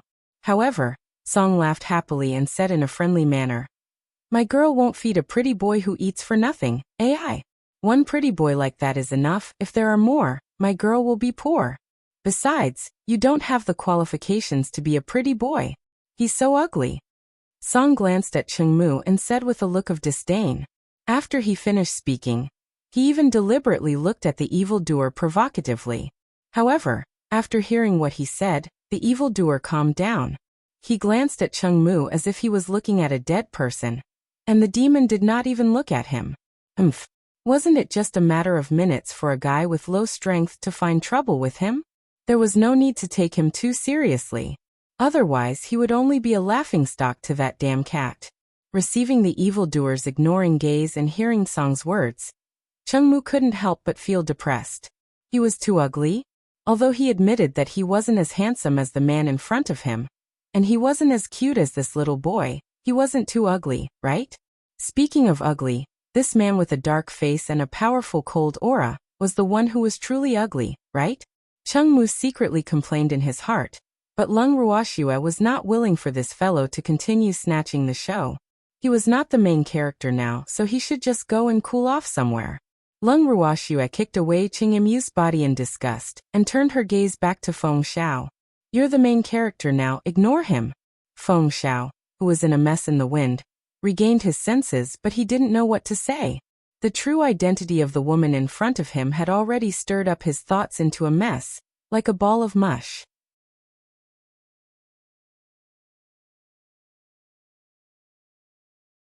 Chapter 2463. Oh heavens, the master of the ancestor. To be honest, Feng Xiao had no idea how to face this woman. Although the woman in front of him was old Grand Madame's master, he was still filled with resentment towards this woman named Lung Ruoxia. The people of the Feng clan were all prideful. As a member of the Feng clan, Feng Xiao couldn't accept it from the bottom of his heart. The old ancestor he had always respected had found himself a human master. Most importantly, this master had some enmity with the Feng clan. Such a complicated relationship made Feng Xiao so conflicted that his hair was about to turn white. However, what he couldn't accept was that he still needed Lung Ruoxue to save him when he was in such a difficult situation. This really hurt Phoenix's self-esteem. Feng Xiao felt that his proud self-esteem had been shattered into pieces. He was sad, annoyed, and a little depressed about this fact, but he was not overjoyed that he was about to be rescued. It wasn't that he didn't want to be happy, but he really couldn't. Who would feel good after being saved by someone they didn't like?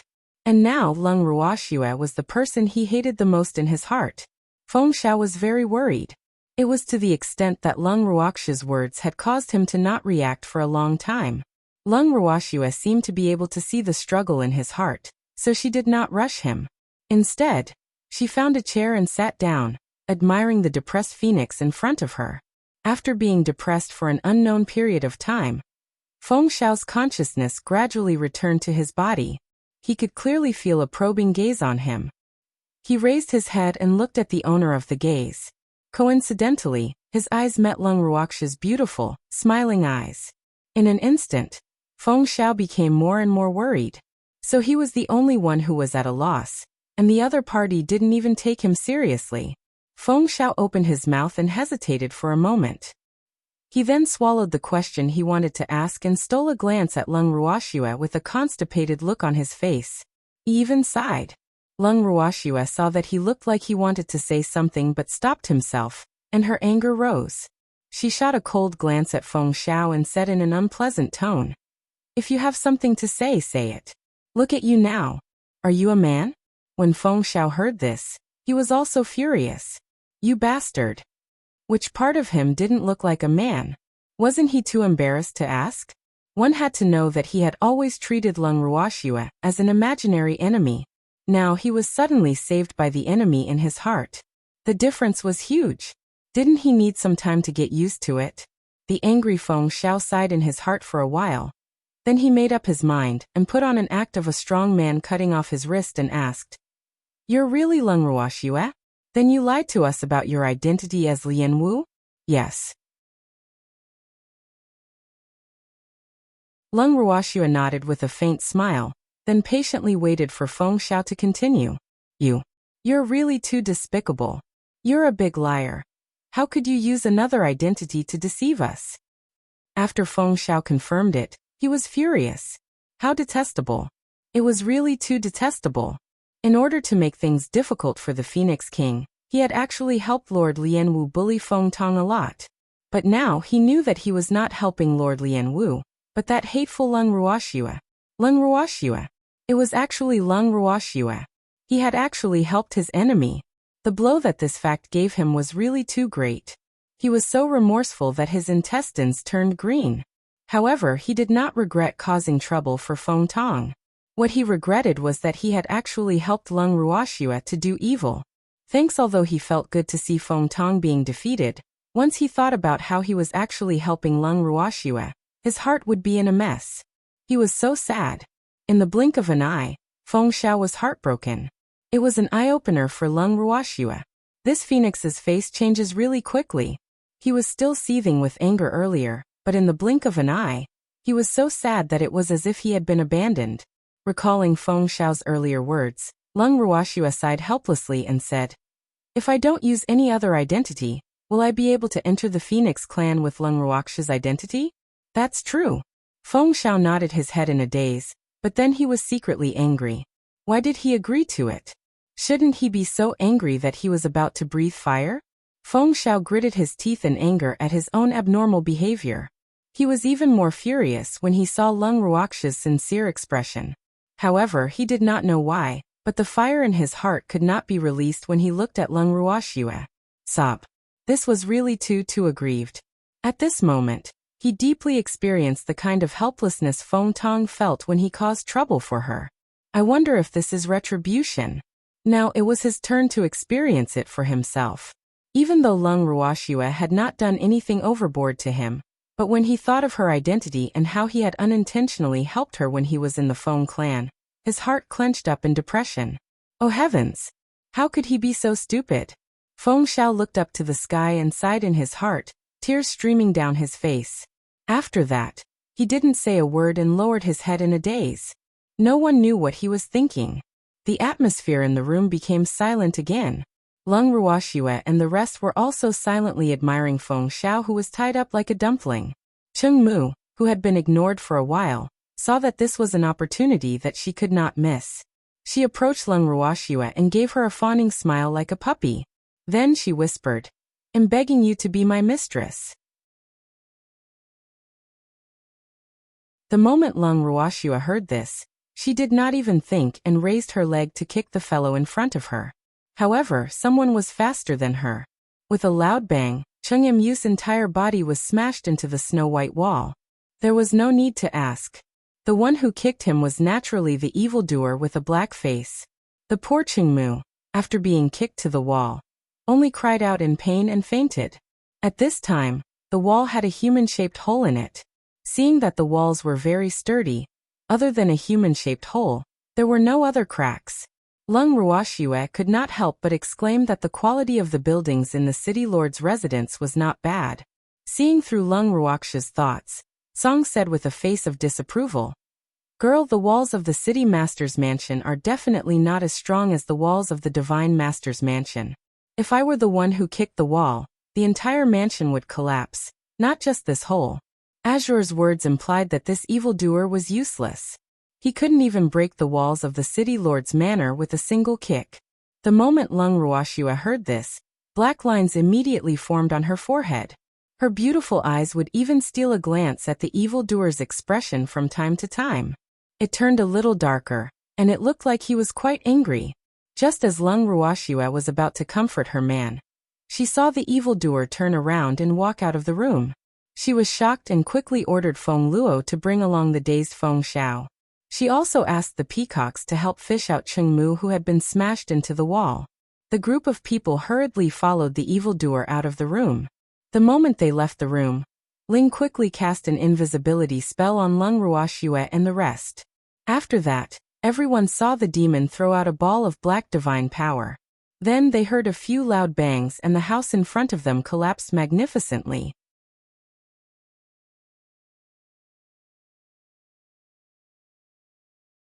Chapter 2464. Oh heavens, too, this was not the end. After the house in front of him collapsed, the black divine power that the demon had thrown out came out of the pile of rubble again. Then, it floated all the way to the other direction of the city lord's mansion. The peacocks looked at the expressionless evildoer and broke out in cold sweat. They didn't need to think to know that the city lord's mansion was going to be in trouble. As expected, within a few minutes, Lung Ruoxue and the rest heard loud bangs from afar. It was followed by sounds of panic, wailing, and extremely angry. After hearing all this, the demon only said indifferently, "You can leave now." Lung Ruoxue led Uncle Long and the rest, and followed behind the evildoer, obediently following him back to the inn. As for what would happen to the city lord's mansion, it was not within their scope of concern. When they arrived at the inn, Lung Ruoxue and the rest went straight into their rooms. At this moment, Dong Fengyu and the others were chatting in the room. When he saw them return, he couldn't help but smile and tease. "Schwer, you've been gone for so long. You must be having so much fun that you've forgotten about home." "Who said that? We were caught and thrown into prison." Lung Ruoxue rolled her eyes at Dong Fengyu and told him the truth. Dong Fengyu was stunned. There were people who were not afraid of death and dared to capture them? He's got guts. However, looking at Schwer, she didn't seem to be lying. Could it be true? After that, the surprised Dong Fengyu observed the expressions of the others. Other than Uncle Long, who looked calm, and the demon who had a straight face, Feng Luo and the peacocks all looked shocked. It seemed that something had really happened. At this moment, Dong Fengyu saw a man who was tied up on Feng Luo's shoulder. A few beautiful peacock men were also carrying an unconscious man. He didn't know these two people. Who were these two people? Dong Fengyu was very curious, but he didn't ask. He only stared at Feng Luo with his dark, starry eyes, hoping that this little boy could answer his question. However, Dong Fengyu's expression of seeking knowledge did not move Feng Luo. In Feng Luo's young mind, he was still thinking about the shocking scene just now. It was too terrifying, wasn't it? In the past, he had never felt that master's man was so terrifying. Because that man always had the appearance of a little boy begging for his master's caress. In front of them, he rarely showed such a domineering side. He didn't expect that today he would deeply witness it and also scare him. Sup. He knew that one couldn't judge a book by its cover. How could the people around Master not be violent? Feng Luo mourned for his ignorant thoughts in the past, and tried hard to recall if he had ever offended that violent man. After thinking about it for a long time, Feng Luo finally felt relieved. Fortunately, he had always been careful and had never offended that violent man. In fact, the reason why Feng Luo didn't think that the demon was scary enough in the past, other than the fact that the demon he had seen had always been very calm, was also because he had never seen the Peacock King being beaten up. Because at that time, they were still in the territory of the Peacock clan. But now that he had seen it for himself, the monster was immediately raised to the number one figure that he could not afford to offend. At this time, when he saw that Feng Luo, the little fellow, had been in a daze and had a worried look on his face from time to time, Dongfeng Yu finally couldn't bear it anymore. He poked the little fellow and asked bluntly, "Who are these two? Are they? The one on my shoulder is the Feng clan's elder Feng Xiao, and the one the peacocks are carrying is the Chung family member." After a sudden realization, Feng Luo hurriedly explained. At the same time, he looked at Dongfeng Yu with an unusually cautious gaze. Thanks, the people around Master were not to be trifled with. Elder Feng Xiao? Old Huo's descendant? Dongfeng Yu's eyes narrowed. Shuer had mentioned this person to him before. He didn't expect that they were really fated to meet. However, he was very curious. How did they meet? With a stomach full of questions, Dongfeng Yu reached out and took Feng Xiao from Feng Luo's shoulder. He then smiled and said to Feng Luo, "Little Luo, leave this phoenix to me. I'll take good care of him." After hearing Dongfeng Yu's words, Feng Luo couldn't help but widen his eyes. He was thinking, can I believe this guy's words? If Elder Feng Xiao were to accidentally say something disrespectful to the master, this senior whose cultivation level he couldn't see through at all, he was afraid that he wouldn't let Feng Xiao off. He was a little worried for Elder Feng Xiao. However, Feng Luo didn't have the courage to refuse Dongfeng Yu's words, especially after he had witnessed the horror of the demon. He didn't dare to offend any of the people around his master, who he didn't know the details of. After helplessly transferring the ownership of Elder Feng Xiao to Dongfeng Yu, Feng Luo silently prayed for Elder Feng Xiao in his heart. "Elder Feng Xiao, you're on your own." And just like that, Feng Xiao was heartlessly abandoned by Feng Luo. As for Cheng Mu, he was thrown to the ground by the peacocks in disdain. No one was willing to take over. By the time Feng Luo saw Feng Xiao again, Feng Xiao had already regained his composure on the surface. However, when he looked into Lung Ruoxia's eyes, there was a hint of resentment in them from time to time. However, every time he faced Dongfeng Yu, Feng Xiao was very obedient. Seeing Feng Xiao in this state, Feng Luo couldn't help but sigh. He truly felt that Elder Feng Xiao was afraid of the wrong person. To be able to make so many seniors listen to their master's words, Master must be a small character that was easy to bully. However, Feng Luo did not voice out his thoughts because he knew that even if he did, Elder Feng Xiao, who had a prejudice against his master, would not believe him. Elder Feng Xiao, take care. After having a good night's sleep, Lung Ruoxia planned to leave with everyone the next morning. However, just as they reached the lobby on the first floor of the inn manager carefully approached Lung Ruoxia and the rest and whispered, "Are you going out? We want to check out." Lung Ruoxia smiled. "Dear guests, please stay for a few days. I can't leave the city now." The inn manager suggested with a smile. Why?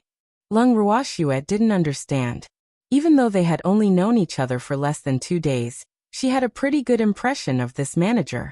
He didn't seem like a black manager who forced guests to stay.